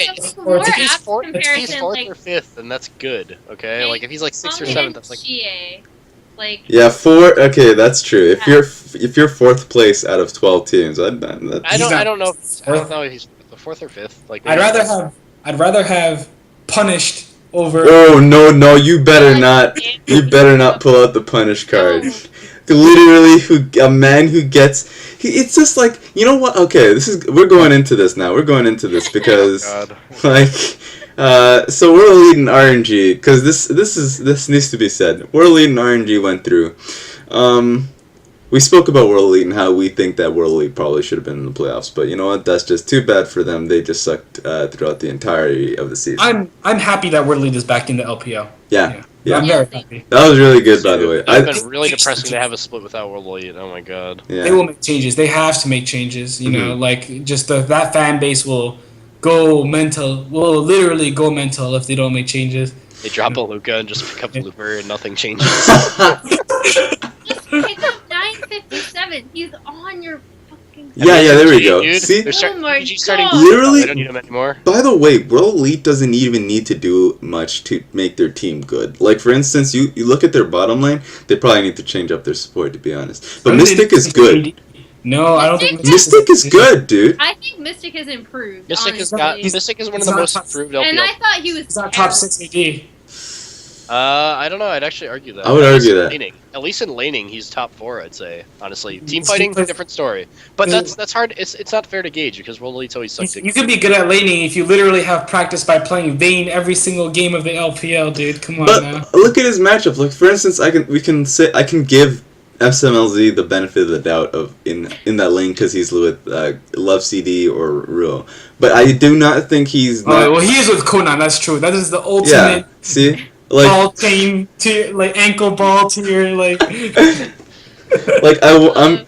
And Mystic has one lane with Conan. With SMLZ, he's like SMLZ is like consistency, like just like lost lane. I just look at him and I'm like, I don't want to call you a shitter yet, but with at least Mystic, I want to say that he's good. Like at the very least, he's good. And I think he's mediocre. damn, I think Mystic has improved a lot Yeah. since I saw him in OGN. To be honest, Oh, like God, I've actually, yeah, definitely. there have been times when I've been legitimately impressed with him, and before I just figured bringing him on would just be like, oh, here's another losing lane for Spirit to have to try to like stem the bleeding on, right? But and I yeah. honestly think he's held his own really well. And would you honestly put Mystic on any other AD carry on that team? Let's be honest. Like, look at that top. That top lane's is perma Scion.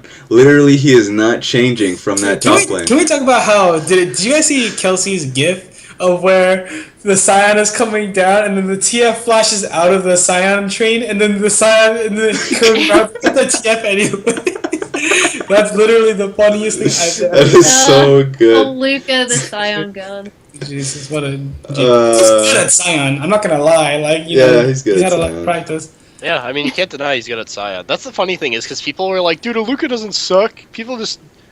People are just like haters or whatever, and then like, but he was able to play Scion like every fucking game at IEM. I mean, Yeah. seriously, like nobody fucking banned it. That's the best thing about World Elite, Oh, by the way. and they gauged it off of their fucking game against TSM. That was the worst. He's like, Yeah.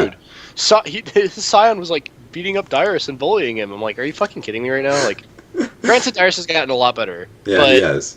But that's but, just like. I mean, it was just such a stupid comparison. It, like, That's the tilted. thing about a Luker, though. By the way, that's the thing about World Elite that I love and why they're back in is that even though they're complete shit at team fighting, they'll team fight. They're not like IG. They won't bleed to death. They'll just like No, the they- Scion ulti will come through, They'll throw will themselves whiff. Well, like they'll still force the shit out of the fight, and then the fight will happen and they'll lose, and then they'll do it again, and then they could. But I remember when they won a game. Who did they win off of?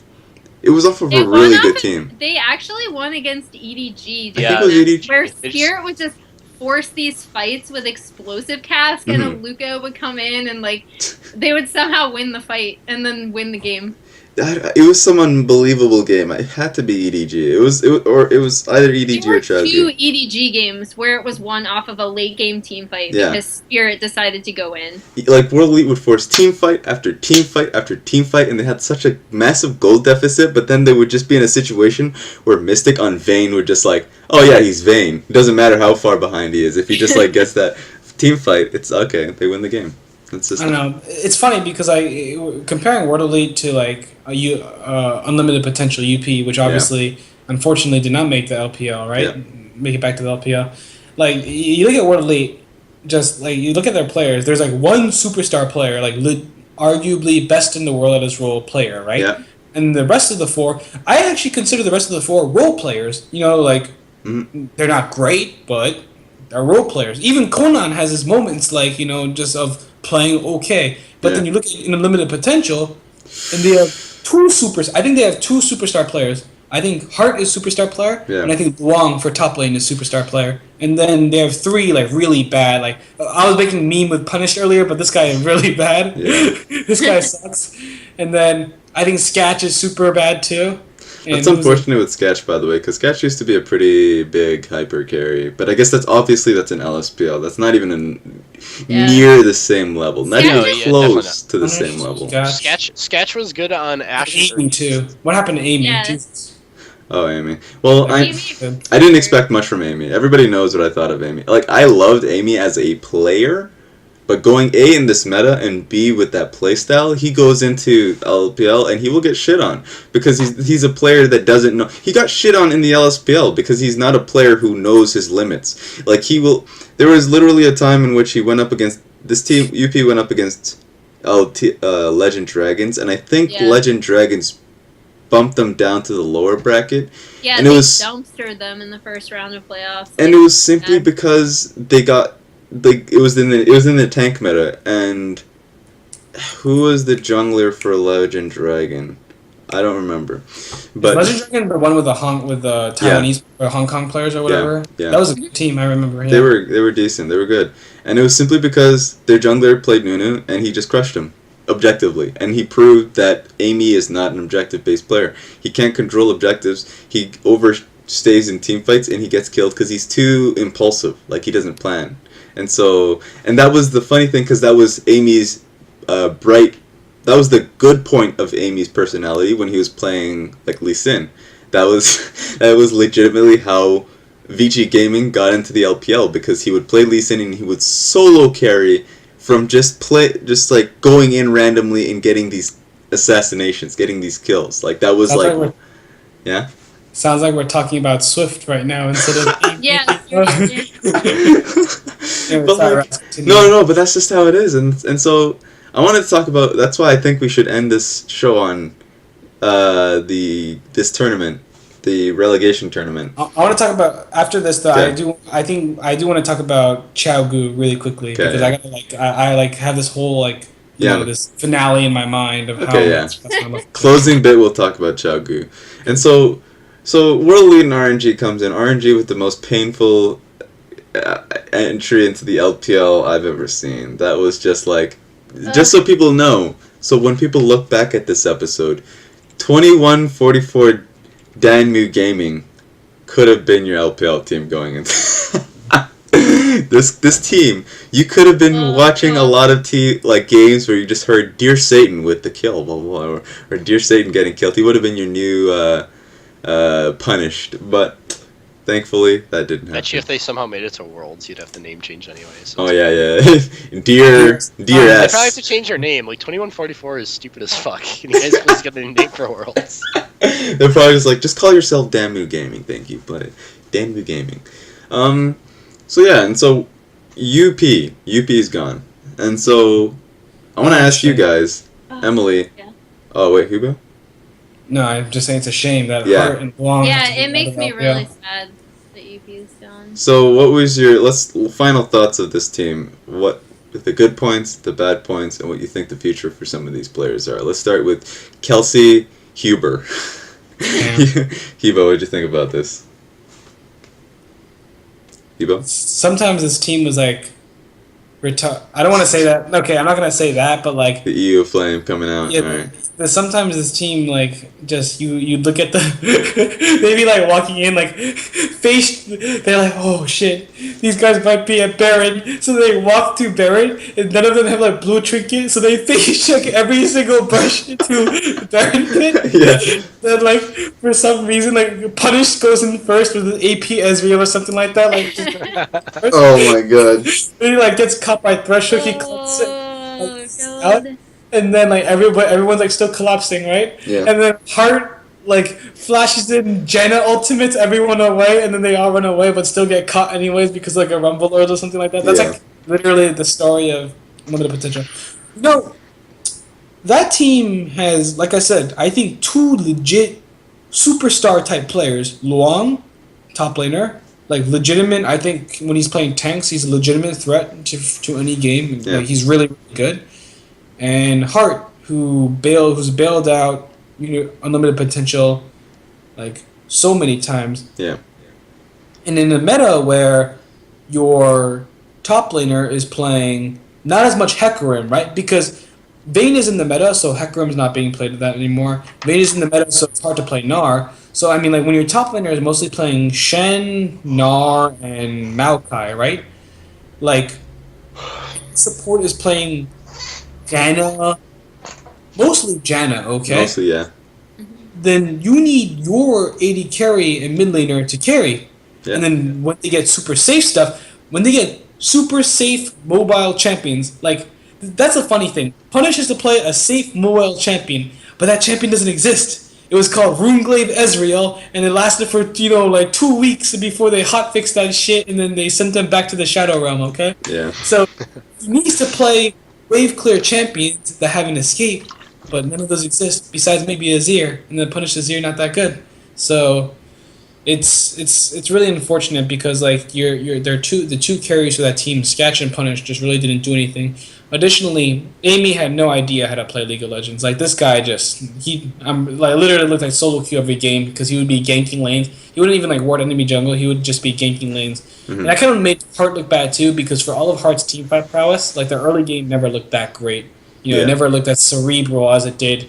As if you look at PYL or Mako or like Mata and the top tier LPL teams, you could see like the mind games going on. You could see them camping brushes and trying to bait people into face checking certain areas.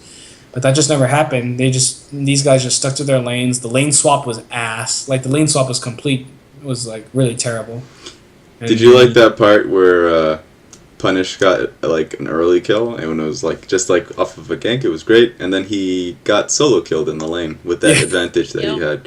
Literally, he initiated with a Z ulti and then got solo killed, and it's really really bad. Yeah. But you do have to feel sorry though for Long and Hart. Yeah. I hope at least like Hart leaves because like he could be so good. I think that guy could be like a top 5 support in the world right now. He probably is a top 5. I think Kelsey Moser would argue that he's top 5 support in the world, maybe top 3. Mm-hmm. And he's just being held back. Imagine like Hart and fucking Spirit playing in a team together, like the new World Elite. Like new World Elite. That's the dream. Dreams. Reunite them, please. Yeah. Oh, but that would mean that one of the Koreans had to leave, which is obviously going to be Mystic. So, like, that's true. We'll see though. Okay, Drexen. Yeah, I mean, I don't know. UP was shit, but the one thing I did like was that the one way they could possibly win the game is with their chain CC, which they were pretty good at. So if they were running Sketch was running like Ashe, and then they ran a mid TF or something, they could like lock down targets and like get there really fast to capitalize on people generally making mistakes and turn it around. That's how they won games. But other than that, like I don't know, there wasn't really anything too impressive. I do feel really bad for Hart on that team. I guess I didn't really analyze Long enough to make a opinion on him one way or another. But yeah, I don't know. I don't know. It was kind of unique how they ran 80 carries, and that was one thing I liked about them. Is though even though Sketch was an LSPL hyper carry, he'd play like Urgot and Ashe, or he'd play like Kalista, but not because he was like good at Kalista and like good putting out a lot of damage, but because the ultimate was like utility based, I guess.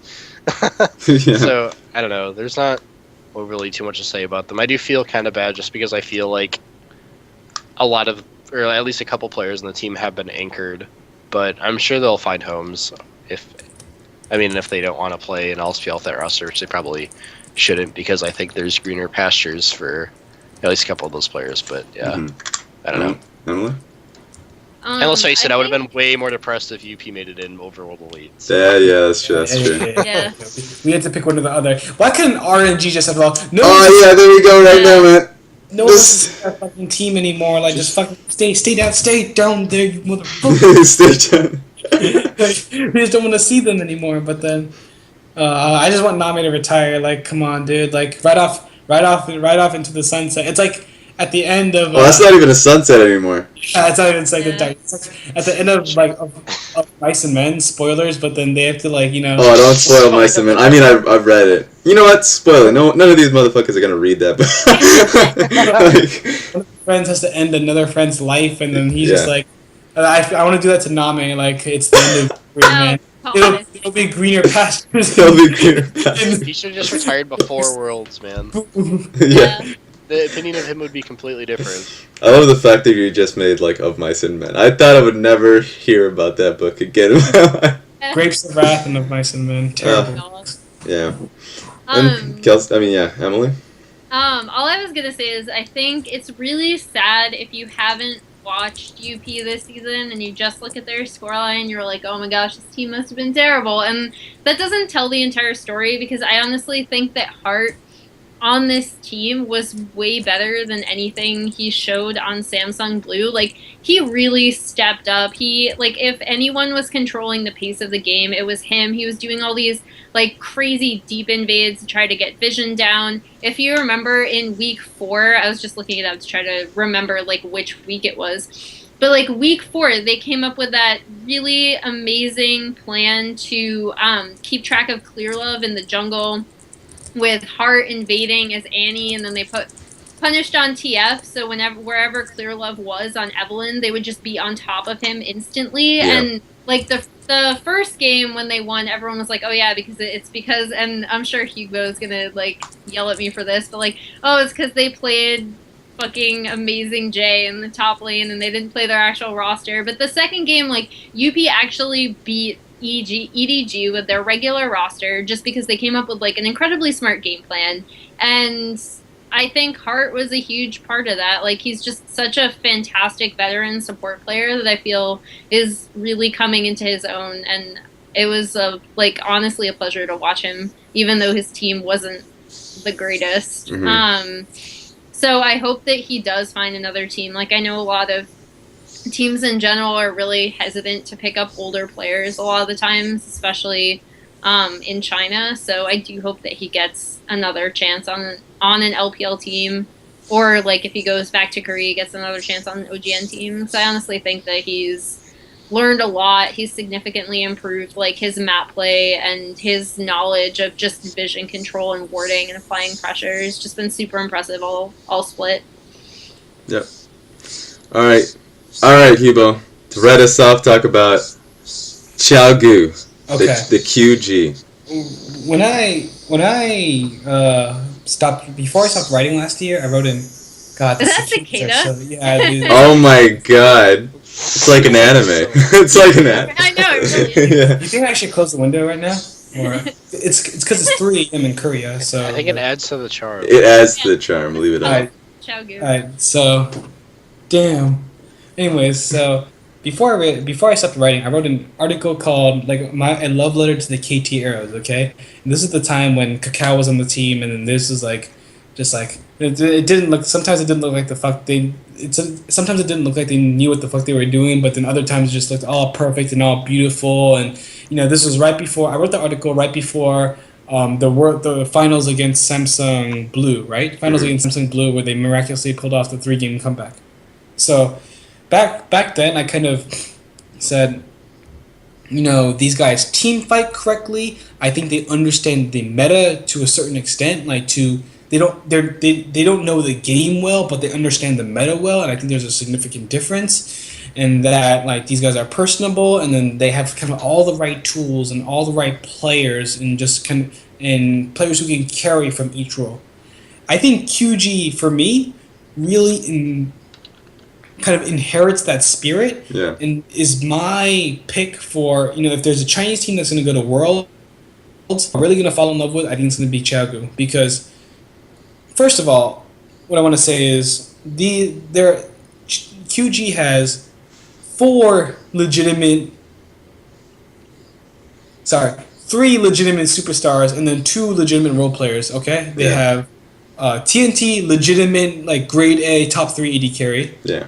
They have V, top 3 top laner, and they have Swift. Now, the thing about Swift, right? It's hard to talk about this guy to exactly gauge how good he is. Monty and I were talking about him once, and then Yeah. Monty was he made the best impression. He said Swift was like a robot. Like, I am a robot designed to go into enemy jungle with no brain and execute perfect mechanical invades onto enemy camps or something like that. So this guy, but Swift. Anyways, just to get back to it, and then the other players are TCT, formerly known as Moore, who's gotten much better, and I think he's a respectable role player at his position, and Doenby. Now we can talk about Doenby all the fuck we want, but we're never going to be able to like really. I'm never really going to be able to understand how good this guy truly is. But the reason why I fell in love with QG so much is because I think that if you're trying to understand the meta right now, or you're trying to understand like the simplest way to think about the meta, and you're like a coach or you're an analyst, and you want to show your team the proper way to play the game, you look at a good QG game. Now, for few things to understand about what I think the meta is right now. Okay, I think the meta is all about pushing mid lane and clearing waves in order to free up space for your jungler and bot lane and support to go into enemy jungle, right? Because if you push a wave, then you force the enemy mid laner to have to choose between. First of all, you can posture towards enemy jungle, and that's why I think champions like Ahri and TF are going to be really good. But then to force the enemy to choose between CS at mid lane and then helping the jungler out, right? Yeah. So if you'll notice with QG games is that Doenby always plays these fucking champions like mid Morgana, mid Orianna, Cassiopeia. His Azir is kind of ass, but Azir, like these huge wave clearing champions, and Moore. And I think the beautiful thing about QG is that their support, Moore TCT, he never his greatest games. He never really plays like. He always plays to win lane, and that's interesting because he's not good at laning. More inherently not good at laning. But if you look at the games that Hughbo plays, that Hughbo wins, most often they're Braum, Annie, Lulu support, Thrush sometimes. So there are champions that put like massive pressure on these lanes, right? So I kind of forgot where I was going with this, but when I guess in summary, what I wanted to say was, I really hope that Hughbo makes it. It's likely that they're not. I think they have significant problems against LGD, for example, because even if Hughbo picks winning lanes and then steamrolls that into snowball, LGD can outplay you even with losing lanes, right? And I think they have problems against EDG for the same reasons. But to go into the world spot as the third team to beat teams like Snake or IG. Or Vici Gaming, I think they can really do that and just show the world that specific playstyle because they play the same way every single fucking game. Every single game, it's either TCT and Swift go into enemy jungle to die, or they go into enemy jungle and win game. And I feel like that's it's hilarious because it's kind of questionable sometimes, like how they play out that concept or how they play out that playstyle.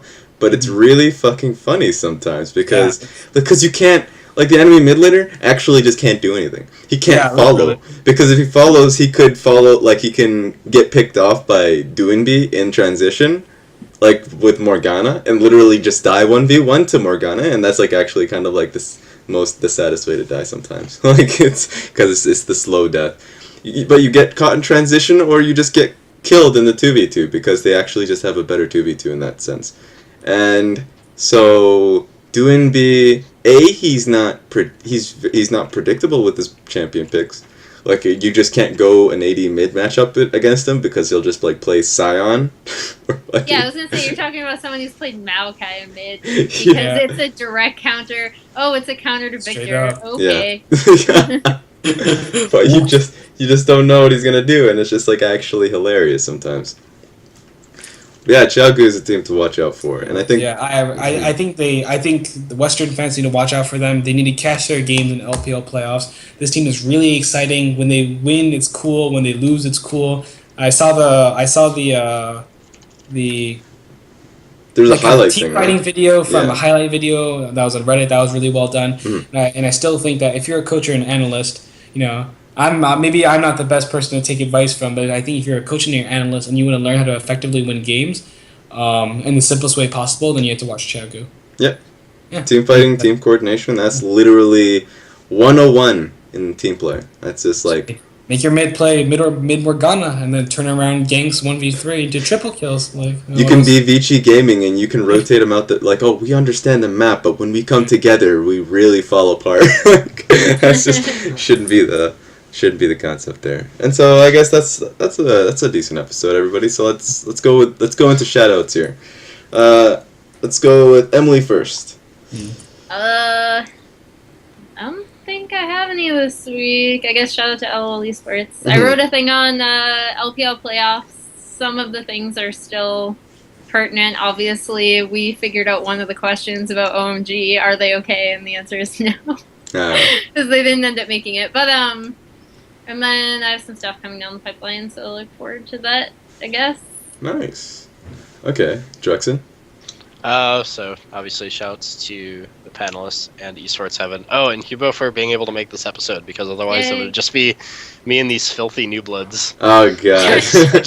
I wouldn't have any OGs to chat with. Gotta lay down the law, dude. Yeah, exactly. Good old China Talk days. God. Exactly. Alright, Hughbo. Shout outs to the panelists. Thank you very much for having me. Congratulations. I haven't said this formally yet, but congratulations to Froskerin on your new casting job. Well, not new anymore, but on your casting job in Oceania. Mm-hmm. Very proud of you, and you can always thank me. You can always thank me later. You haven't thanked me yet for all that I've done for you. But you can always send me cards later. But The fuck? shout out to Kelsey. I hope my China jacket is my team China jacket from EDG MSI is in the mail, even though I'm paying mad amount of money for it. And that team China jacket's shit, by the way. I don't even like. I respect your choice at all, but yeah, well, I mean, I guess the dragon, is that the one with the dragon on the back? Yeah, dragon on the importer dragon. Okay, that's actually fine. the shoutouts to Dignitas Europe, I guess Broken Shard, Suncux, Wonderwear, and some other analysts that I may or may not know about. Good job of making LCS and accomplishing the LCS qualifier dream. And shoutouts to esports, because we move into Overwatch, baby. I'm done with China. We're going Overwatch. This is the China train over the Overwatch right now. You guys don't see me because we're actually but you'll see after if you end up wanting to watch the show. I can't watch the show afterwards because I just cringe at myself sometimes. So Yeah, same. Yeah. Really? Yeah, it's my voice. I hate watching. Mike, not all of us can look like the celebrity A-list elements, okay? So not all of us are pleasant. Oh my god. The only thing I cringe at is how much I say like, which I try to make a conscious effort to stop repeatedly. It just never works ever.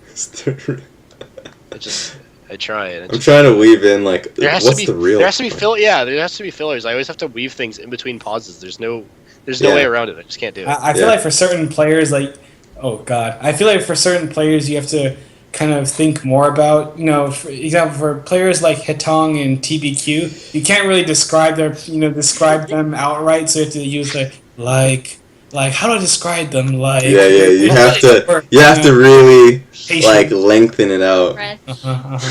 The real question on Hitong. Anyways, so shoutouts. Diggy you. We made it to LCS. That's always nice. We'll see how that works out. I would like to shout out to Copenhagen Wolves. No, I don't even know. Well, that's actually, we should just cut the episode right there. No. That's just if we're cutting me off at this point, then my Twitter will not be. Yeah, there's a lot I'm gonna be cutting out in the future. We'll see. What's wrong with you, mother? Like, I don't know. Well, you can't rewatch his episodes. I can't rewatch it. You've been dealing with this hosting for the past 3 weeks, my goodness. Oh, Jesus. 3 weeks, dude. Oh Longer my than god. that. Yeah, true. My bad. Should have seen how our kicking openers me. used to be. Oh, don't even. No, okay, anyways, because. So, yeah, shoutouts to Diggy Uke. Shoutouts to. I think that's about it, actually. I'm literally not doing anything else for that much. Raz just really likes Denmark. I mean, Love it. So yeah, that's about it. Shoutouts to Hughbo. Thank you, motherfucker. I love you. Love you for coming on the show, for filling the space. And yeah, thanks to the panelists. I think that's it. So everybody, wave us off. Old school. All right, old school. Old school, really old school. I have my game face on. Okay. Welcome everybody to episode 55 of China Talk. You piece of shit. Alright, we're doing that one more time. No, just go, just do it. Alright, just kidding, fine. So 55 of China Talk with Kelsey Moser, as you can tell here. Yeah, look at her. Oh my god, what happened? What happened, Kelsey? Beautiful meme. Oh, yeah. China has transformed me in more ways than one. You've made the transformation. It took years. It took years. I saw this guy named Aaron, and I finally touched his finger, and I just became reborn. You know, Aaron Moses reformed. I don't. It happened, man. That's you now, and now Yeah, we just that's have to make do with what we have. It's just unless No, this wait, is, I'm a better and more improved version of Aaron Moser. Literally, Aaron Moser. Aaron Moser. God damn it! All right, if you guys don't know him, you are too new. It's Hughbo Shim, the LCS stagecoach, former LCS stagecoach. But honestly, old time China Talk. I replaced him because he was donezo. Yeah, He had bigger, better things. Still does. bigger and better things. And so now he's here. We all had dreams once. We all still do. Mm. And so now the dream is talking about the LPL playoffs that have been going on. So actually, I want to ask you. Well, I mean, just before you do that, Yeah. thank you guys for having me. Mike and I were originally on this show back in the day, like last March or something like that, and it's good to be back with some familiar faces. But also, I mean, this is the first time I've ever been on with Emily on a show, and this is the first time that I've ever been on with Raz on a show. So it's really nice to be back. Thanks. Yeah. Anytime. Nice to have you. All these new bloods. Yeah, all this new bloods. The new and the old. The show is no longer sacred. I remember when the show China Talk lacked any Asian people, just straight white people, and and one black guy talking about Chinese League of Legends. But yeah, continue. I like how the episode boxes are situated because you're like the old bloods on the right and then the new bloods like on the left. So it's actually it's the So clash. team, and then it's like Mike. Yeah, let's continue. But yeah, actually, I just wanted to ask you, Hughbo, how would you like coming back into this? Like, have you been watching like the games going into the playoffs? Well, the thing is, so when I was still at G2 House, I wasn't watching as much LPL. I was kind of the thing that I thought that the Chinese played the game like kind of simply and messy, but it was ultimately like the right way. And I've always been, if you haven't been following me, a lot of people, one thing that separates me from other analysts and other coaches is that they talk about different styles and like different ways to play the game, or they share goal this way or share goal that way. And I've always been, there's a good way to play the game and there's a bad way to play the game. If you play the right way, then you're faker. If you play the wrong way, then you're fucking stupid, and you should aspire to the good way. So Those are the only two extremes. yeah. There's nothing in between. So only with Faker or fucking stupid. So you should. I mean, I don't really believe in. I think in terms of like allotting gold to players, it should be according to which champions you have. So the when right after when I was in Gravity, I don't think I had much game knowledge. But when I went to Gamers 2 House, I thought my game knowledge was really good. So I didn't really find the need to watch Chinese Law anymore, and I thought that the games were really boring, and it was actually making sometimes making my game knowledge worse. Like watching those games was making my game knowledge like significantly worse. Yeah. So I was only watching like tip top LCK games, OGN games. But I think starting from like week 7, I watched the LPL promos when QG and UP got in, and then that was like the latter part of LSPL. Yeah. Then I started watching from like week 5 or week 6 because someone had told me about this really interesting team called QG, and none of us had expected them to be really good, right? Yeah. And it's like I was like, "Who's on the team?" They said Avengers on the team, and he's now known as TNT. And I was like, "Holy shit, this guy Avenger used to be so good." So ever since I started watching them, they become my new favorite team in the world, and that's kind of what keeps drawing me back into Chinese League of Legends. That and esports betting, which I have lost most of my money to. So God bless LPL. God bless LPL. God bless betting on Condi and Dade every single game. Never know what you're gonna Oh get. god. Tricks. Never bet on M3. Oh my god, I actually lost. I think I got asked a bit by Draven, and then I went to an M3 game, and it was just like went downhill because you can't bet on that team. Yeah, So that's a great segue because OMG versus M3. I think this was actually really funny because it was as predictable as it could have been. M3 went up against OMG and got stomped. I really wish World Elite could have made the playoffs. beat M3 out. Because M3 fucking sucks. Like, it was pretty apparent how bad M3 was. Like, holy moly. Like, just Dade. I think Dade started carrying again, but like he started carrying too late. So his carry meter wasn't at the max and stuff like that. It's like a gradual process. So, I mean, You can also like track where like as soon as they found the playoff format and they found out because like M3 is like in third, and then as soon as the other actual good teams found out the playoff format, you can follow their like slow through the standings. It's like everyone else's level of carrying just goes through the roof because Oh they god. want their. Was it even that slow? It was like the fastest decline. it was like a plunge. The reason why I wanted World Elite was because M3 has like decent role players at like 3 or 4 positions, but World Elite has best jungler in China right now, Spirit, in my opinion, best jungler in China. Dude been playing out of his mind for 20 straight weeks. God bless his soul, because the Lord knows he needs some mental support or some divine protection right now because he's just in the prison cell. But then when you look at OMG, right, you kind of identify their weaknesses, and their playstyle is fairly. Again, I'm talking about playstyle, but then they're mid, right? You need to at least have some pressure mid so you can enable your jungler. And Condi's not bad, right? He's a good role player. Is he as good as we thought he would be? Probably not, because I think there were some people who, Raz thought he would be pretty good. Yeah, I still think he's like he's good, but the problem is that his skill on Gragas versus every other champion is like such a huge disparity. Yeah, it's horrible. Yeah. And Lee Song, but then the thing is, if you don't have. Let's say you ban out Victor and TF every game, right? Like, I've never seen him play that many wave clearing. It's like this guy doesn't play like Doenby or Oriana or Doenby Morgana mid or something like that. So he has to play Caston every game, and you lose so much pressure as Caston. You literally have no pressure mid lane. So when you lose pressure in all 3 lanes, and then you try to force something with ganking jungler, then nothing ever works. Like literally nothing ever works, because you just pick another strong jungler, and there are so many strong junglers right now. Evelyn's strong. Elise strong, Rek'Sai strong, Gragas strong, Nunu strong, okay? So 5, and Echo's strong. So 6 strong junglers that you can pick out of, right?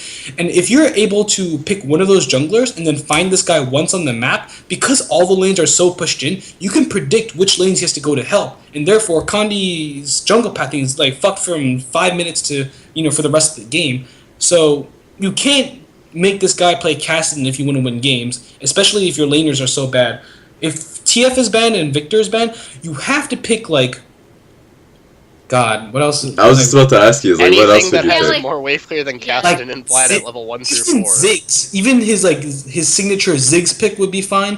Yasuo wouldn't be terrible. Yasuo would actually not be that bad. Azir would be still fine in that situation. Azir would be fine. Yeah. Lulu mid, maybe. You know what I'm talking about. But you can't give a team like M3 Lulu mid. What is SMLZ gonna do with that kind of protection, right? He's just gonna go fake. He's just gonna die. I think SMLZ will be fine. Like, I think his mechanical skills are not. I think it's if you put him in a situation, I don't think he's gonna drop the ball. Yeah, I think his laning is just shit. I think that's it. I know, but this is not gonna be carrying your team fights with Kog'Maw, okay? Like, but Uzi, like Uzi is still like if there's one thing that we can say about Uzi, he's a strong laner. Like he's just gonna and that was like incredibly apparent in this setup. Like he just dumpstered him in lane. It was bad. I want to point out too that I don't exactly like. I want to give SMLZ the benefit of the doubt because I don't know how he is if he doesn't have like a shit support. Because for the longest time, I just think that Love CD is just or Love CD or even just Rua, was it? Rua. Yeah, Rua. Yeah. It's just like I don't know. Like I just so I want to give him the benefit of the doubt, but I'm not sure. Did Love CD used to be on OMG or World Elite back in the day? I have no idea. Wasn't actually, those two teams? What do you guys? We should look that up. I can't look that up. It was on W. Wasn't he on W? Maybe. I'm gonna look it up now. Okay, yeah, but another thing is like I do think that while Dade's picks weren't the best, I like given the circumstance, I feel like that shouldn't have been the circumstance. Like if he wants to play a scaling AP mid in 3 different games, then he shouldn't just be like, oh god, I hope to god my top and bottom don't feed miserably before like the 10-minute mark, which is what happened. Like, and that's a sad thing is like Dade can't pick these mobile assassins. Like, well, okay, Vlad's not mobile, but he can't pick the plays fairly linear, and that kind of stems from where. How they play out 2v1s and where Loveling goes in the early game. And if you can out-jungle this guy Loveling, then you kind of, crack the formula and you bring down the entire team, right? So when I see World Elite play, even though Conan isn't that good, at least Conan, like follows around Spirit in the jungle, like putting wards where Spirit pings to put them and stuff like that. So I would have liked to see an Elite jungler matchup. Would World Elite have won? Probably not, but then it still would have been nice to see that matchup. And so this really comes to the question that I wanted to ask: Did M3 would we had better games if it had been World Elite instead of M3? I actually do think so. I thought it was horrible. Like Uzi was getting first blood every single game. Looper might have had his worst set in like the LPL. Okay, maybe that's a stretch, but it was pretty bad. But yeah, I don't know. It's like I feel like honestly that M3 in terms of jungling wasn't really the problem. It was mostly Looper and like them fucking up on dives and stuff and not knowing how to play against them. Yeah. And I think that as a result, like OMG just had ridiculous advantages early on every single game because of it. Like in the first 2 games, it was just Uzi getting first blood on scaling champions. I think he played Vayne both games, right? Or first 2 games, or something like that. Everyone's been playing Vayne. And then after that, M3 was just full tilt, and then they just went Caitlyn and like pushed mid like 2 towers in 60 minutes. So it was. I mean, like honestly, it was such a stomp that I can't really say that any other team being in M3's position would have been better or worse. But I do think the Elite just stylistically would put up a better fight because if you think about it, at least World Elite's like bottom laners, at least as like a laning team, are pretty good, like team fights aside. So it wouldn't just be UZI getting unstoppably far ahead in all 3 games, and then M3 just like having nothing they could do about it. I don't know. It was a horrible set. Honestly, it was just so bad. All right, Emily, what do you think about that? I also think it gave people false perceptions of OG strength because everybody's like, "Oh, this new roster is together. They found the answer, boys. We got it. Finally did it. Finally know how to." I mean, to be fair, they did play around UZI pretty well, but people were overreacting about how improved OMG were instead of looking at how faulty M3 were. So, Emily, before you go on, I just want to. I looked up the champions that fucking Dade played, and I do want to talk about Dade. So he played Kassadin. He played Vladimir. He played Kassadin twice and Vladimir once, okay? Here's the thing about M3. When this Dade guy, right, gets Victor or Twisted Fate, like, remember, this guy was like one of the original gods, after Messiah, like OGN back in the day, he was the original god of Twisted Fate, right? Like the Flash, Ghost, Twisted Fate, make plays all around the map, okay? So when he gets, like, high-pressure champions, then like everything goes good, and then he's able to push the wave, and because God knows like fucking SMLZ and Looper aren't gonna be putting pressure on side lanes, right? Yeah. Literally, by definition, those 2 players cannot put pressures on side lanes because they're just too bad at the game to do it. So you need to have pressure. He's like late game carries on this team because, especially against OMG, SMLZ is not going to hold his own against EZI, and Looper will just never hold his own. So, right, or he'll make crucial mistakes in lane swaps, or he'll just be unable to handle dives and then he just can't do anything. So in its essence, you just have dead weight mid because he can't shove out and help anywhere. He's just stuck being shoved against his tower while his team's getting thrashed, and that's what happened in the series. I mean, 3 times Dade looked to pick counterpick. He counterpicked Kassadin twice, and then he waited until last rotation to pick Vladimir, right? He was on World Elite, but yeah, he was on World Elite. Yeah, I remember, World Elite feature.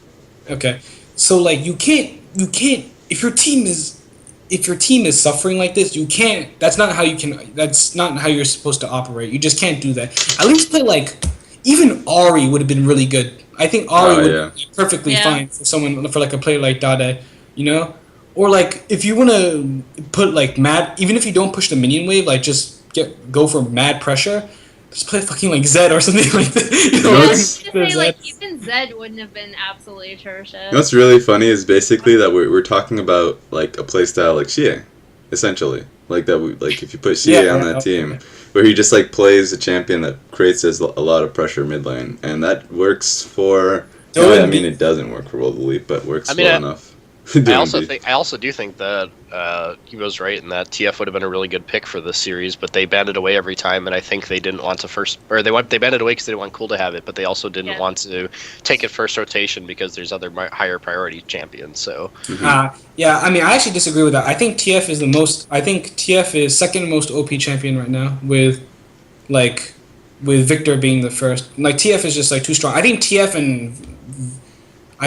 and Victor, maybe the caveats for TF are, you know, it's hard to play against Braum and Sivir, but then like TF and Victor are just so strong. Like they create so much pressure on the map. There are no champions that like you just create space around the map with gravity field, or you can just, you know, port to different lanes and then create gang pressure. If you got TF, I'm sure they would have won the game. But yeah, there are always weird situations in which you're literally in pick ban. You're like, what's stopping us from picking TF? Because literally, people will just pick TF blind. Doesn't matter which matchup. Well, because the assassin matchups are actually just like a good portion of assassins are dead. So unfortunate. Unless you want to go like Fizz mid still. Yeah. And so OMG moved on into the Vici matchup. I love that one too. I love that. That was a terrible. They were riding high. Me, like, no. And then everybody stopped stroking off Uzi and was like, "Oh, maybe North wasn't the problem." You know, the funny thing was that I like went into Reddit. God bless Reddit. But I went into Reddit the day after the OMG Vici or M3? M3 set, and then on Reddit the front page it says, Uzi beats entire M3 team. It's like walking in the brush and then walking you back to like bait the guys into that bottom lane brush during the level 1, and then everyone was like, oh my god, like the Super Saiyan guys and like really go ham during this, you know, during the next few weeks, and we're gonna see the real thing.